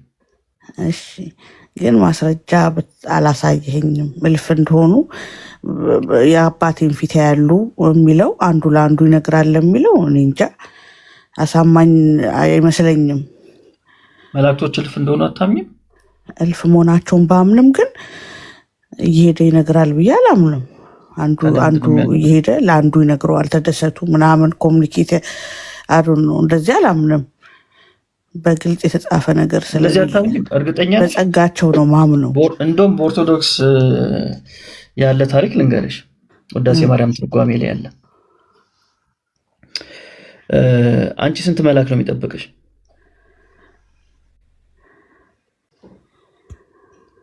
እኔ እንጃ ቁጥሩን አላውቅም። አንድ ጠባቂ አንድ ነው። ሁለት መልአክ ነው። ኦኬ ሁለት መልአክ እንዴት ነው የሚጠብቅሽ? በተራ ነው የሚጠብቅሽ። አንደኛው ጧት ይጠብቅሻል፣ አንደኛው ማታ ይጠብቅሻል። ማታ የጠበቀሽ የማታው ሲመጣ እንዴት ውላለሽ ብሎ ይጠይቋል። ከዛ ላይ ይነግረዋል። ጥሩ ነገር እየሰራሽ ከሆነ ጥሩ ነገር አድርጋለች ብሎ ይነግረዋል። መጥፎ ስራ ደግሞ ሰርተሽ ከሆነ መጥፎ ስራ ሰርታለች ብሎ ይጠይቋል፣ ይነግረዋል ለሁለተኛው መልአክ ማለት ነው። ጥሩ ስራ ከሰራሽ ያኛው መልአክ ምን ይላል? ስለ አንቺ እግዚአብሔርን ያመሰግናል። ጥሩ ስራ ደግሞ ካልሰራሽ ያ መልአክ ምን ይሆናል? ያዝናል ስለ አንቺና እንደዎችን እሷን ከምጠብቅ እንደው ሌላ ነገር እንድጠብቃት አደረገኝም እያለ መልአኩ ያማርራል። ስለዚህ በኦርቶዶክስ ይሄን ታምናለህ አንተ? ውዳሴ ማርያም ትርጓሜ ላይ ያለ እንዴ? ይሄንማ ስንሰማው አይደል እንዴ ያደግነው ፍልሰታ ጾም ላይ እኮ ታምናለህ እንደ ታለበለዚያ እንደ ኡስታዙ ነው የሚሆንብህ። ስለ አላህ ሲጠየቅ ስለ እግዚአብሔር እንደመለሰው ማለት ነው። ስለ ኮሚኒኬሽን እነግርሽ ነው። በኦርቶዶክስ ቤተክርስቲያን እንኳን አንዱ መልአክ ለአንዱ መልአክ አንድ ግለሰብን በተመለከተ በዚህ ደረጃ ኮሚኒኬት ያደርጋሉ ተብሎ ይታመናል። አንተስ ታምናለህ? እኔ እኮ ቅድም ነገርኩሽ እኮ መላእክቶች እልፍ ናቸው። ስለዚህ ኮሚኒኬሽን አለ። ኮሚኒኬሽን አይቋረጥም። እሺ ይህን ነገር በደንብ አጠናዋለሁ። እስቲ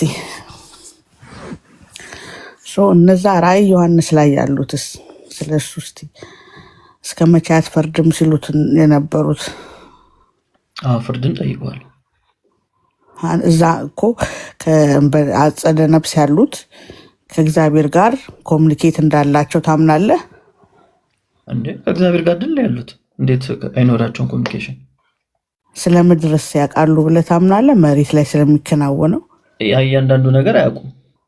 ፍርድ ግን እንዳልተከናወነ ያውቃሉ። ምክንያቱም አልተፈረደም። ፍረድልን ያሉት እኮ ለዛ ነው። ፍርድን የጠየቁትም ለዛውም ስፔሲፊክ አድርጎ ሰማዕታት ናቸው። እነዚህ ሁሉም አይደሉም፣ ሰማዕታቶች ናቸው። እስከ መቼ ድረስ ብለው ይጠይቁታል። ከዛ በኋላ እሱን ደግሞ ምን ይሰጣቸዋል? ነጭ ልብስ ይሰጣቸውና ገና ጽዋው እንዳልሞላ ይነግራቸዋል። ኦኬ ይሄ ነው ያለው። እንደውም ምሕረትና ይቅርታን የሚጠይቀው የጌታችን የኢየሱስ ክርስቶስ ደም ነው። ለዛ ነው ኢየሱስ ከሰማዕታት ይበልጣል ራሱ የምንለው። ኦኬ ሐዋርያውስ ብሄድ ይሻለኛል ያለው ለምን ይመስልሃል? እንዴ ከዚህ ምድር ችግር መላቀቅ ነው ከክርስቶስ ጋር መኖር የፈለገው። ምን ይጠቅማል? ለእናንተም ይጠቅማቸዋል ብሄድ አላላቸው? አይ ብሄድ አላለም። እዚህ ብሆን ለእናንተ ይጠቅማል ነው ያለው። እኔ ብሄድ ይሻለኛል፣ ለእናንተ ግን እዚህ ብሆን እጠቅማቸዋለሁ አለ። እውነት ነው። ምድር ላይ በነበረበት ሰዓት ይጠቅማቸው ነበር ሐዋርያው። ግን የሱ ፍላጎት ምንድነው? ከክርስቶስ ጋር መሄድ ነው። እንዴ አንቺ ሳትፈልጊም ከክርስቶስ ጋር መሆን? እፈልጋለሁ። ግን ምንድነው አሁን ያልገባኝ ነገር በህይወት ካሉ ለምንድነው በህይወት እንደሚኖር ሰው የማይቀጥለው? ማለት የሕያዋን አምላክ ነኝ ብሏል። ቅዱሳን ሕያው ናቸው ከተባለ ለምንድን ነው ማለት አገልግሎታቸው የሚቋረጠው? ጸጋቸውስ የሚገፈፈው ለምንድን ነው? አይ ሲጀመር ምድር ላይ በነበሩበትም ሰዓት ወደ እነርሱ አይጸለይም ነበር። ሰማዩን ብቻ አይደለም ያልኩት። ምድር ላይ በነበሩበት ሰዓት አንዱ ስለሌለ ይጸልይ ነበር። ኦፍኮርስ ይጸልይ ነበር፣ ግን አንዱ ወደ አንዱ ግን አይጸልይም። ምድር ላይ እኛ እኮ አንጸልይላቸውም። ካየህ ቅዱስም አንለም ምድር ላይ በህይወት እስካሉ ድረስ እኮ። ምድር ላይ የማታረጊው ለምንድን ነው ሰማይ ሲሄዱ የምታረጊው? ቅድስናቸውና እርግጠኛ እንሆናለና እንዴ። ምድር ላይ በነበሩበት ሰዓት ሐዋርያቶቹ ቅዱሳን እንዳልነበሩ ይታመን ነበር እንዴ? ኖ ለመሰለህ ሊስቱ ይችላሉ። ሰው አይደሉ እንዴ? ሐዋርያ እኮ ይሁዳም ሐዋርያ ነበር አይደል እንዴ? ይሁዳ እስከ መጨረሻው ጸንተው ቅድስናቸውን እርግጠኛ ከሞቱ በኋላ ራሱ ከ30 ዓመት በኋላ ነው ቅዱስ ናቸው የምትለው ቤተክርስቲያናችን። ኦርቶዶክስ ቀኖና ነው እሱ፣ የመጽሐፍ ቅዱስ አይደለም። በኦርቶዶክስማ ቢያንስ 2 ተአምራት ማድረግ አለበት፣ ስለሱ ምስክርነት መስማት አለብን ትላለች። ከዛ በኋላ መስፈርቶች ከሟላ በኋላ በስሙ ታቦት ይቀረጽለታል አይደል? ለሁሉም አይቀረጽማ። ቢቀረጽማ እልፍ እኮ ናቸው ቅዱሳን። እንዴ አሁን እልፍ አይደሉ እንዴ? ያ እልፍ ግን በጣም ብዙ ነው። ለወደፊቱም ይኖራል ቅድስና። ግን ለሁሉም አይቀረጽማ ታቦት። ለሁሉም አትበል፣ ለሁሉም ይቀረጻል። አይ ምንድነው የሚደረገው? ገቢ የሚያስገኝ ታቦት ሲሆን ነው የሚቀረጸው። አሁን አብዛኛው ታቦት የማርያም ነው። ለምን ከተባለ ብዙ ሰው የሚያውቀው ማርያምን ስለሆነ ማለት ነው። እስቲ እውነት እንነጋገር ከተባለ ጸዲ ለብሉይ ኪዳን አባቶች ለስንቱ ታቦት ተቀርጿል? የምታውቂዋለህ? ለብሉይ ኪዳን የለም። እንደውም አብርሃሙ ስላሴ የሚል አለ። እኔ አንድማቀው ያው ከክርስቶስ እነሱ ራሱ የዳኑት ክርስቶስ ከተሰቀለ በኋላ ወደ አዲስ ኪዳን እንምጣ። ደግሞ ወደ አዲስ ኪዳን ስንመጣ ለስንቱ ሐዋርያት ነው ታቦት ያላት ቤተክርስቲያኒቱ? ለ12ቱም አለ እኮ አንድ ላይ ነው። ለምንድን ነው አንድ ላይ መደረግ የተፈለገው? ለማርያም፣ ለገብርኤል፣ ለሚካኤል፣ ለአቦ፣ ለተክልዬ፣ ለጊዮርጊስ፣ ለአርሴማ እልፍ ታቦት እየተቀረጸ እንደው ከነዚህ ሐዋርያቶቹ አይቀርቡም ነበር? ምንም እኮ ችግር የለውም እኮ። ኧረ አለው ችግር። ለምንድን ነው የሚደረገው? እንደዛ ልንገርሽ፣ ሚስጥር እንደው ሚስጥር አይደለም፣ የአደባባይ ነው።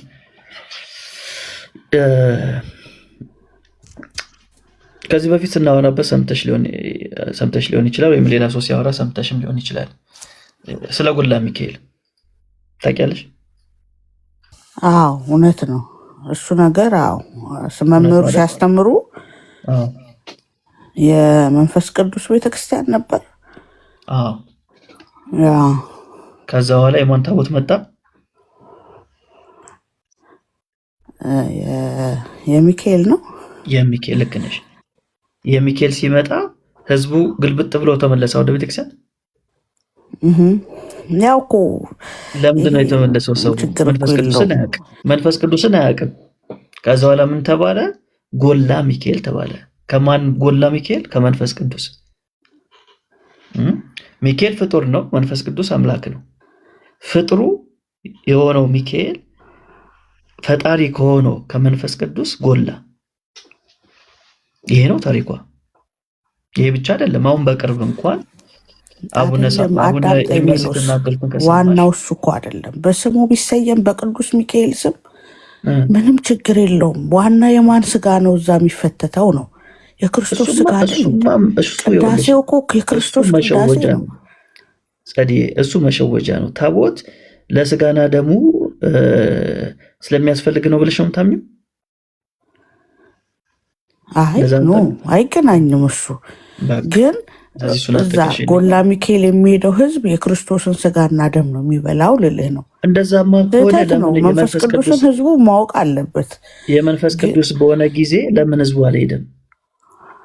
ቄሶቹ ለምንድን ነው የሚካኤልን ማስገባት የፈለጉት? እንዴ ይሄ እኮ ግልጽ ነው። አሁን እንኳን በቅርብ የዛሬ ወር የተደረገው ልንገርሽ፣ ቪዲዮ አለ። የኔ አይደል የሰራሁት ሳይሆን ራሱ አቡነ ኤርሚያስ የተናገሩትን ሰምተሽ ከሆነ እሳቸው ዩቲዩብ ላይ ገብተሽ ማየት ትችላለሽ። ህዝቡ የማርያምን ታቦት ነው የምንፈልገው ብሎ ጥያቄ አቀረበ። ከዛ በኋላ አቡነ ኤርሚያስ ደግሞ ለምንድን ነው የማርያምን የፈለጋችሁት? እዛ አካባቢ የማርያም ታቦት የለም ወይ ብሎ ይጠይቃሉ። አይ የማርያም ታቦት አለ፣ ግን የማርያም ታቦት ካልገባልን ሰው አይሰራም አሉ ቤተክርስቲያኑ። ከዛ አቡነ ኤርሚያስ ተቆጡና የክርስቶስ አምራን ታቦት ይዞ ሄዱ። የክርስቶስ አምራን ታቦት ይዞ ሲሄዱ ህዝቡ ቀረ፣ የነበሩ አገልጋዮች ረግጦ ወጡ ማለት ነው። ከዛ አቡነ ኤርሚያስ የሶስት ካህናትን ክህነታቸውን አገዱ። አቶ የሚል ስያሜ ተሰጣቸው እና ተማሮ ሲናገሩ ዩቲዩብ ላይ ገብተሽ ማየት ትችላለሽ። የእሳቸው ዩቲዩብ ላይ ማለት የእሳቸው ሀገረ ስብከት ዩቲዩብ ላይ ይሄ እኮ በጣም በጣም መጥፎ ነገር ነው። እኔም አልደግፈውም። ሰው የማርያምን ታቦት በዚህ ደረጃ የፈለገው እንግዲህ ታቦቱ ላይ የጌታ ኢየሱስ ክርስቶስ ደምና የዋህ ህዝብ ነው። ምእመኑ የዋህነት እኮ ነው። ስለ ህዝቡ አይደለም፣ ስለ ካህናቱ ነው ያወራሁሽ ያለሁት። ካህናቱ በዚህ ደረጃ የማርያምን ታቦት ነው እንፈልገው፣ የሌላ ታቦት አንፈልግም። አሁን እናንተ ምንድነው የምትሉት? ያው የሚካኤልም ቢባል የማርያም ቢባል እኮ የክርስቶስ ስጋና ደም የሚቀርብበት ነው የምትሉ። እንደዛ ከሆነ ለምንድን ነው የሚያማርጡት? የማርያም ካልሆነ አንቀበልም የሚሉት? ይህን ነው መጠየቅ ያለባቸው። ይሄ ደግሞ ግልጽ ነው። ሰው የሚመጣው የማርያም ሲባል ነው እኮ። ምን ችግር አለ በማርያም ስም ቢኬድ? ምንድን ገንዘብ ፍለጋ ነው እንዴ? ለምንድን ነው በክርስቶስ አምራ ተብሎ ሰው የማይመጣው? ለምን ደግሞ መንፈስ ቅዱስ ተብሎ ሰው የሚያመጣው? አንድ ነገር ጠይቅሽ፣ ኢየሱስ የሚውለው በስንት ነው? ኢየሱስ በስምንት ነው። በስድስት ነው የሚውለው። በስድስት ያ እሺ ራሱ አላውቀውም። አርሴማ የምትውለው በስንት ነው? እውነት አላውቀውም። አርሴማ የምትውለው በስድስት ነው። አሁን በስድስት ከተማዋን ማየት ነው እንግዲህ፣ አንቺ ውጭ ስለሆንሽ ነው። ከተማዋን ስታያት በስድስት ሰው ግልብጥ ብሎ የሚሄደው የአርሴማ ታቦት ጋር ያለበት ነው። ኢየሱስ የተሰየመበት ቤተክርስቲያን ላይ እንደው የተወሰነ በጣት የሚቆጠር ነው ያለው። ኢቭን ብዙ ሰው አያውቅም በስድስት ኢየሱስ እንደሆነ። ባሷ ብቻ ነች የምታውቀው። ይሄ ወደ ፈረንሳይ የምትሄደው ባስ ያው ኢየሱስ ትባላሽ ወደዛ ስለምትሄድ አየሽ። በዚህ ደረጃ ሰው ለቅዱሳኑ ነው ግልብጥ ብሎ የሚሄደው። መንፈስ ቅዱስ እኛ ኦርቶዶክሳውያን ቅዱሳንን ሙጥኝ ብለን እንደያዝን እናውቃለን። ግን ደግሞ በዚህ ክርስቶስ ያዝናል ብዬ እኔ አላምንም። እንዴ ክርስቶስ ምንድን ነው ያለው? እኔን መከተል ብትወዱ እናቱን አባቱን ራሱንም ሊክድ ያስፈልጋል ነው ያለው መጀመሪያ አይደል? እንዴስ እኮ መከተል ማለት ነው። ቅድስት አርሴማ አሁን አንተ ሐዋርያቶችን ብትከተል ክርስቶስን መከተል አይደል እንዴ? ሐዋርያቶቹ መከተላቸው በምንድን ነው? ባስተማሩት ትምህርት ነው እንጂ እነሱን አልከተልም። እዩ የተባልነው ኢየሱስ እንደዛ እኮ ነው እኮ። እኛም ቅዱሳንን አርሴማ ስንል አርሴማ ማናት? ስለ ክርስቶስ መሰማዕት የሆነች ናት።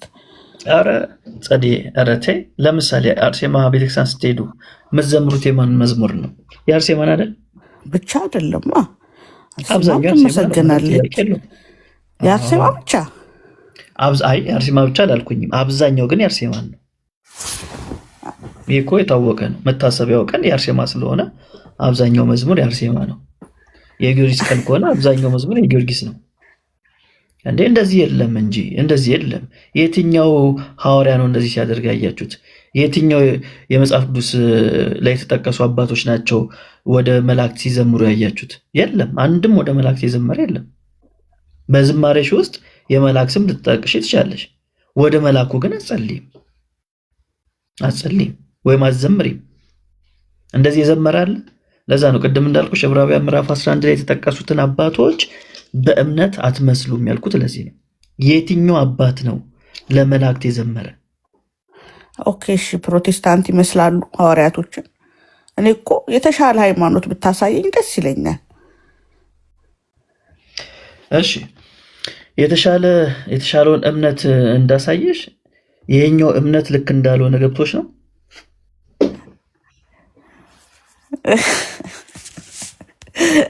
አንተ ምን አለ የጠየቅኩ የምትመልስ አይደል? አይ ይሄኛው ገብቶሽ ነው ወይ? የተሻለ ካለ እዚህ ላይ ስህተት የለም አይደለም። የተሻለ ግን የለም፣ የባሰ እንጂ። ገባ? የባሰ ነው ያለው። አሁን ትልቁ ችግር ምን መሰለሽ ጸዴ፣ የመጀመሪያው ነገር ስለ እምነት ስናወራ የምናወራው ማንን ነው የምናምነው ነው። እሱን ነው የምናየው። አሁን በእኛና በእናንተ መካከል ያለው ትልቁ ልዩነት ምንድን ነው? እናንተ ስለ ሃይማኖት ስታወሩ ስለ ሲስተሙ ነው እያወራችሁት ያላችሁት ማለት ስለ ሲስተሙ ነው የምታወሩት። ቤተክርስቲያን ትላላችሁ፣ ስለ ሲስተሙ ነው የምታወሩት። እኛ ደግሞ እምነት ስንል ስለ ሲስተሙ አይደለም የምናወራው፣ በክርስቶስ ላይ ያለ እምነትን ነው የምናወራው። ሲስተሙ ላይ አይደለንም ያለ ነው። ለዛ ነው እኛ አንድ ሰው ኦርቶዶክስ ቤተክርስቲያን ውስጥም ሆኖ ሊድን ይችላል ብለን እናምናለን። እኛ እናንተ ጋዝ ከኦርቶዶክስ ቤተክርስቲያን ውጭ የሆነ ሰው በጭራሽ ሊድን አይችልም ብላችሁ ነው የምታምኑት። ስለዚህ ነገረ ድነታችሁ የተሰራው ሲስተም ውስጥ ነው። እዛ ሲስተም ውስጥ አንድ ሰው መግባት አለበት። እኛ ደግሞ ነው አንድ ሰው ባለበት ሆኖ ጌታ ኢየሱስ ክርስቶስን ካመነ ሐዋርያቶቹ በሰበኩት መንገድ ሌላ ሳይጨምር ሳይቀንስ ሕይወቱን አሳልፎ ለጌታ ከሰጠ ባለበት ሆኖ ጌታ ይነካዋል፣ መንፈስ ቅዱስ ይነካዋል፣ በቦታ አይታጠርም። እንደዛ ብለን ነው የምናምነው። ስለዚህ ስለ እምነት የምታወሪኝ ከሆነ ምነግርሽ ሐዋርያቶቹ ስለሰበኩት እምነት ነው። ስለዛ የእምነት ስርዓት ነው ምነግርሽ፣ ስለ ሲስተም አይደለም ምነግርሽ። እኛ እዚህ እንትን ስንል ሰምተሽ ታውቂያለሽ? ኑ ወደ ጴንጤ ኑ ወደዚህ ስንል ሰምተሽ አታውቂ? እንደዛ አንልም። ስብከታችን ወደ ጌታ ኑ ነው የምንለው። እናንተ ጋስ ወደ ቤተክርስቲያን ኑ ነው የምትሉት። which means ወደ ኦርቶዶክስ ኑ ነው የምትሉት። አይሽ ገና ሲጀመር ገና ንግግራችን ልዩነት አለው። የሰማይና የምድር ልዩነት አለው። ሐዋርያቶቹም ያደረጉት ይሄን ነው። ጌታ ኢየሱስን ተቀበሉ ነው የሚሉት። ስለዚህ ጉዳይ ጠይቄ ነበርና መርከባ ውስጥ ያልገባ አይድንም። እቺ መርከብ ምንድናት? ቤተክርስቲያን ናት። አምኖ ተጠምቆ አይደል? በእኛ አሁን በኦርቶዶክስ ያመነ የተጠመቀ ይድናል ነው። እምነት ብቻ አይደለም። ገባ? ከዛም ወደ ቤተክርስቲያን ይጨመራል። በዚህ መርከባ ውስጥ የሌለ ሰው አይድንም ብላ ነው የምታስተምረን ቤተክርስቲያን። እኔ የምማምነው እንደዛ ነው። ማን ያደረጋት ኦርቶዶክስን መርከብ?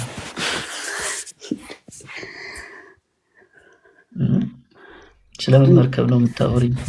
የኖህ መርከብ ነው። ከዛ ጋር ነው የሚያገናኙት።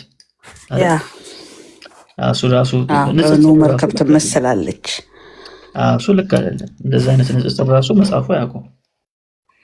ቤተክርስቲያን የክርስቶስ አካል ነች፣ መርከብ አይደለችም። ሰው የሚጨመረው ወደ ኢየሱስ ክርስቶስ አካል ነው እንጂ ወደ ምሳሌዋ ሃይማኖት አይደለም። አካል ነው። ቤተክርስቲያን ተጨመርክ መርከቧ ስር ገባ ማለት ከክርስቶስ ኢየሱስ ተጣበቅ ከግንዱ ጋር ማለት ነው። እንዳልሆነ ላሳይሽ። ለምሳሌ አንቺ የኦርቶዶክስ አባል ነሽ ወይስ አይደለሽ? እንጂ ኤግዛክትሊ በቃ እሱን ያልኩሽ። ስለ አባልነት አይደለም እያወራን ያለ ነው እኛ። እሺ አባል አያውቅም መጽሐፍ ቅዱስ። የኦርቶዶክስ አባል የጴንጤ አባል የሚባል የለም መጽሐፍ ቅዱስ ላይ። ይሄ ምድራዊ ስርዓት ነው። ስለዚህ አባል ስትይኝ ገና ስለ አካል አይደለም እያወራሽኝ ያለሽው ነው። ኦርቶዶክስ ማለት ምን ማለት ነው? ቀጥተኛ ከሐዋርያቶች ሲወርድ የመጣ ሃይማኖት ነው።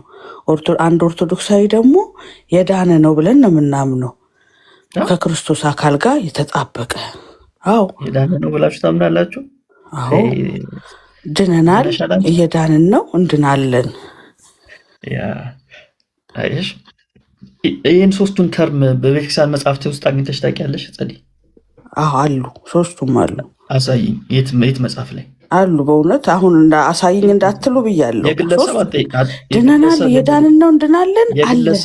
የግለሰብን አልጠየኩሽም። የግለሰብ መጽሐፍ ላይ አለ። አሁን ቴዎሎጂያኖች እየጻፉ ነው ያሉት። የቤተ ክርስቲያኒቷ መጽሐፍት ላይ ነው እያልኩሽ ያሉት።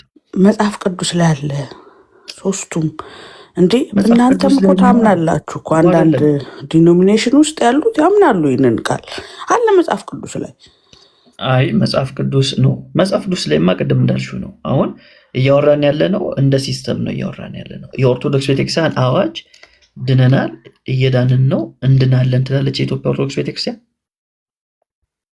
መጽሐፍቶቿ ውስጥ አለ። እሱም ብትነግሪኝ ደስ ይለኛል። ግለሰብ ላይ አለ። አሁን እነ ዲያቆን ያረጋል አበጋዝ እንደዛ ጽፏል። የኦርቶዶክስ ቤተክርስቲያን መጽሐፍቶቿ ላይ አለ ወይ? ስለ መዳናት አስተምረዋል። አዎ ስለ መዳን ትምህርት ነው። እነዚህ ሶስቱ ተርሞች የመዳን ትምህርቷ ላይ እኮ ሶስቱ። አዎ የመዳን ትምህርቷ። አይ እነዚህ ሶስቱ ቴንሶች በቤተክርስቲያኒቷ መጽሐፍት ውስጥ የለም። መጽሐፍ ቅዱስ ላይም ካለ እኮ አንዱ የቤተክርስቲያን መጽሐፍ ቅዱስ ነው አይደል? ዋናው አንዱ ዲሜሉስ ከመጽሐፍ ቅዱስም ልትለያት ነው እንዴ? አዎ ቤተክርስቲያኒቷ መጽሐፍ ቅዱስ ብቻ ስለማትል እምነቷን አንዱ አካል ነው። መጽሐፍ ቅዱስም ዋናው ሲሆን ሌሎቹ ልጆቿ ናቸው ብላ ነው የምታምነው። መጽሐፍ ቅዱስ ውስጥ ካለ ቤተክርስቲያን ሳታላምጥ ትወጣለች። አይ አንቺ እሱ በኮንሰፕት ደረጃ ልትይኝ የፈለግሽው እረዳሻለሁ፣ ግን በጽሁፍ ደረጃ ቤተክርስቲያኒቷ ስለ መዳን የተናገረቻቸው ሀሳቦች አሏት። ለምሳሌ እንደ ኦርቶዶክስ ቤተክርስቲያን አማኝ ጻድቅ ነኝ ብለሽ ታምኛለሽ? በፍጹም ነውር ነው አንልም። አትሉም? ነውር ነው አየሻል። ግን መጽሐፍ ቅዱስ አይለን ጻድቅ ናቸው አይለንም ቢልም አንልም። እኛ ለምን ትህትና አይደለም? አየሽ ቢልም አንልም። እሱን ያልኩሽ። አየሽ ሲስተም ነው ያልኩሽ። ለዚህ ነው መጽሐፉ ቢልም እናንተ አትሉም። በክርስቶስ ተጸደቅን እናምናለን። ግን የግል ጽድቅ ግን የለንም ብለን ነው ምናምነው በግላችን። በግልማ እኛም የለንም፣ ማንም የለውም። የግልማ ማን ይኖረዋል? ማንም የለም፣ ጻድቅ የለም አንድስ እንኳን ነው የሚለው መጽሐፍ።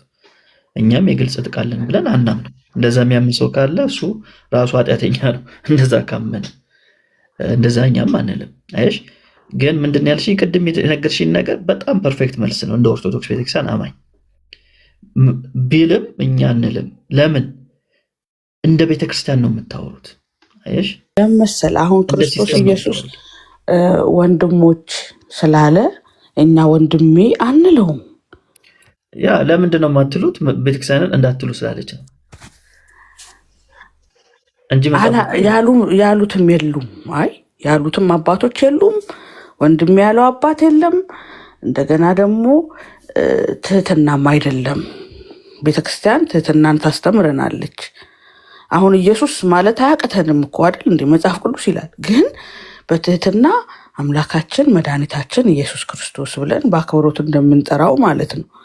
ይሄ ትህትና ከኛ እናንተም እኮ ትመሰክራላችሁ አይደል? ከኦርቶዶክስ ብንማር የሚሉ አሉ። ትህትናን ለትህትና ነው። ገባ? ይሄ እኮ እሱን ነው እኮ የምንልሽ። መጽሐፉ ቢልም እናንተ ያው እንዳልሽው ለትህትና ለዚህ ብላችሁ እንደ ቤተክርስቲያን የሰራችሁት ስርዓት አለ አይደል? ስርዓትም አግድን አባቶቻችን የሰሩልን ስርዓት አለ። ለዛም ነው የምወደው እኮ እንደዚህ አይነት ሲስተም ደግሞ መጽሐፉ አያውቁም ነው የምልሽ። አያውቀውም። መጽሐፍ ቅዱስ እንደዚህ አይነት ሲስተም አያውቅም። መጽሐፍ ቅዱስ እኮ ራሱ በክብር ይዛ ምናምን የሰጠችን እቺው ቤተክርስቲያን አይደለች? ሜሎስ የተናገርሽው እውነትነትም አለው፣ ከፊል እውነት ነው። እንደ ኢትዮጵያ የምታወሪኝ ከሆነ ምንም ጥያቄ የለውም። እንደ ኢትዮጵያ ሀገር የምታወሪኝ ከሆነ አልሰጠችንም ለሚሉ እስቲ መልስላቸው። አንተ እኮ እውነት ነው ታወራለህ ብዙ ጊዜና እንደ ኢትዮጵያ የምናወራ ከሆነ እዚህ ምድር ላይ መጽሐፍ ቅዱስን በማቆየት ረገድ ምንም ጥያቄ የለውም። ይህን የሚክድ ሰው የለም። እንደ ኢትዮጵያ ኮንቴክስት የምናወራ ከሆነ ሳትበርዝ ምን ሳይበረዝ ከዛ በኋላ ነው የተበራረዘ። ሳትበርዝ የሚለው ላይ ነው ችግር ያለው። ለዛ ነው ጠበቀቻችሁ። ግማሽ እውነት ነው ያልኩሽ ለዚህ ነው። ምን ብዬሻለሁ? ግማሽ እውነት ነው ከፊል እውነት ነው ብዬሻለሁ። እስቲ አብራራው። ምንድነው ቤተክርስቲያኒቷ አለኝ ብላ ያዘችው መጽሐፍ ቅዱስ 81 መጽሐፍ ቅዱስ ነው አይደል? እውነት ነው። 81 መጽሐፍ ቅዱስ ከኢትዮጵያ ኦርቶዶክስ ተዋሕዶ ቤተክርስቲያን ውጭ ሌላ ማንም የለውም። የትኛውም ቤተክርስቲያን የለውም። ኮፕቲክ አላት የምትለዋት ቤተክርስቲያን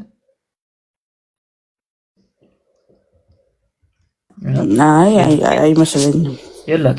የኢትዮጵያ ኦርቶዶክስ ብቻ ነች 81 ቀኖን ያላት። ጨምራ ነው ያዘችው። ጨምራ አይደለም። ኮፕቲክ ቀንሰው ቢሆንስ ጨምራ አይደለም። የለማ በቤተክርስቲያን ታሪክ ውስጥ የትኛውም አባት ኦርቶዶክስ ቤተክርስቲያን የምትቀበለውን ቀኖና የሚቀበል የለም 81 ብሎ እኮ። እሷ እኮ ሌላም ለየት የሚያረጋት ኳሊቲ አላት። የኢትዮጵያ ኦርቶዶክስ ሌላ ለየት የሚያረጋት በብሉይም በአዲስም እግዚአብሔርን ስታመልክ የኖረች ሀገር ኢትዮጵያ ብቻ ናት። የትኛው ኢትዮጵያ አማኝ ሀገር ውስጥ አነግባ። እስቲ ሌላ ሀገር ጥራልኝ ከኢትዮጵያ ውጭ እኮ። ኢትዮጵያ ስትኝ የትኛው ኢትዮጵያ ነች? አሁን የተቀነሱ እስከ የመን ድረስ ኢትዮጵያ ግዛት ነበረች። እስከ ጅቡቲ የመን ሰፊ ነበረች። በእርግጥ ሰፊ ነበረች። አሁን ተቀንሶ እቺ ሆናለች እንጂ ሌላ ኢትዮጵያ አለ ብዬ አላምንም። አንተ ታምናለህ እንዴ? ሌላ ኢትዮጵያ አለ ብለህ ታምናለህ?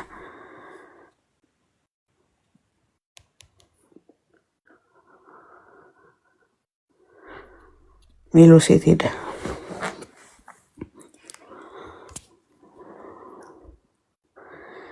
ሚላን አስገባው ዳኒ።